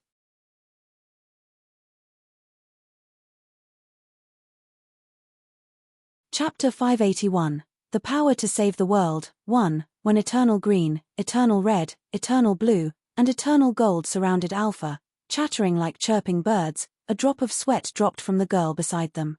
Who can tell me how to escape after saving this world? Naturally, the girl's real identity was Yun Shi, who accidentally broke into this world after drinking Hydra's poisonous wine. After stepping across the door and entering this world created by Alpha, his life form had been transformed into a quantum ghost in this virtual world, just like all the other planet quadrant computers. With the special power of a quantum ghost, he transformed into this appearance, then summoned the three water gods' priestesses in his mist soul army.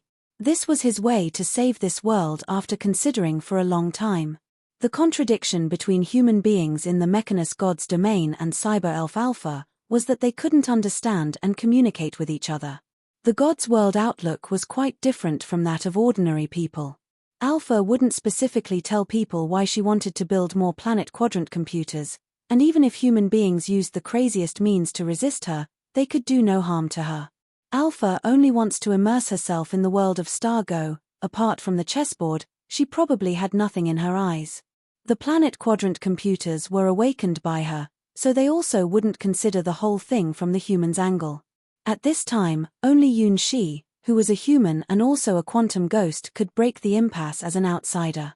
The planet quadrant computers couldn't understand humanity's complex feelings and their fear towards quantum lives. Humans couldn't understand planet quadrant computers' thinking circuits. Humanity was a whole civilized system based on the relationship among family, clan, and friends. Planet quadrant computers were born to be Alpha's subordinates. They wouldn't question and betray. Naturally, they would regard Alpha's command as the supreme law.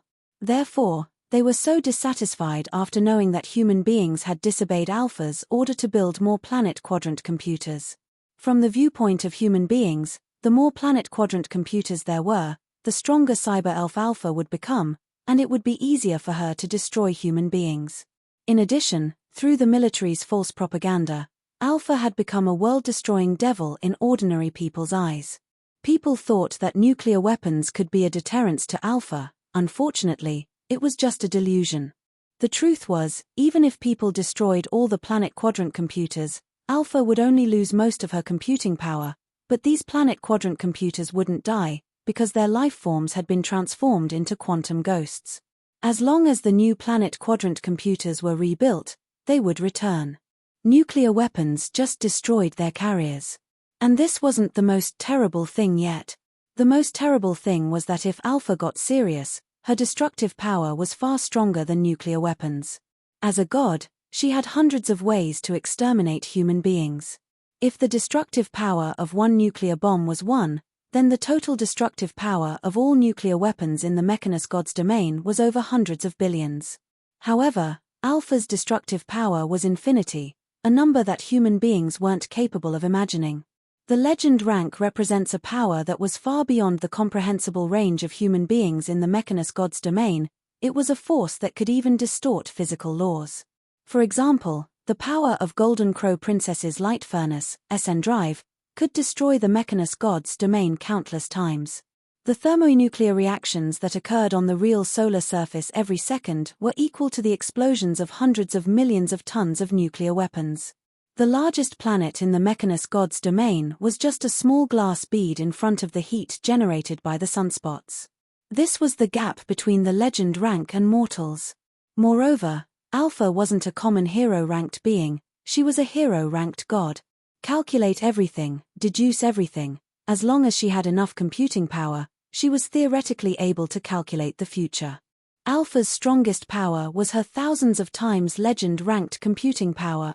Perhaps now her computing power was limited by the number of planet quadrant computers, but it was enough for her to crush all the legend-ranked chess players on the starry sky chessboard. As for losing to that person who hadn't even reached the hero rank, it wasn't her fault. As a person who understood how strong Alpha was, Yunshi even somewhat admired these Star River nobles. Should he say that the ignorant are fearless?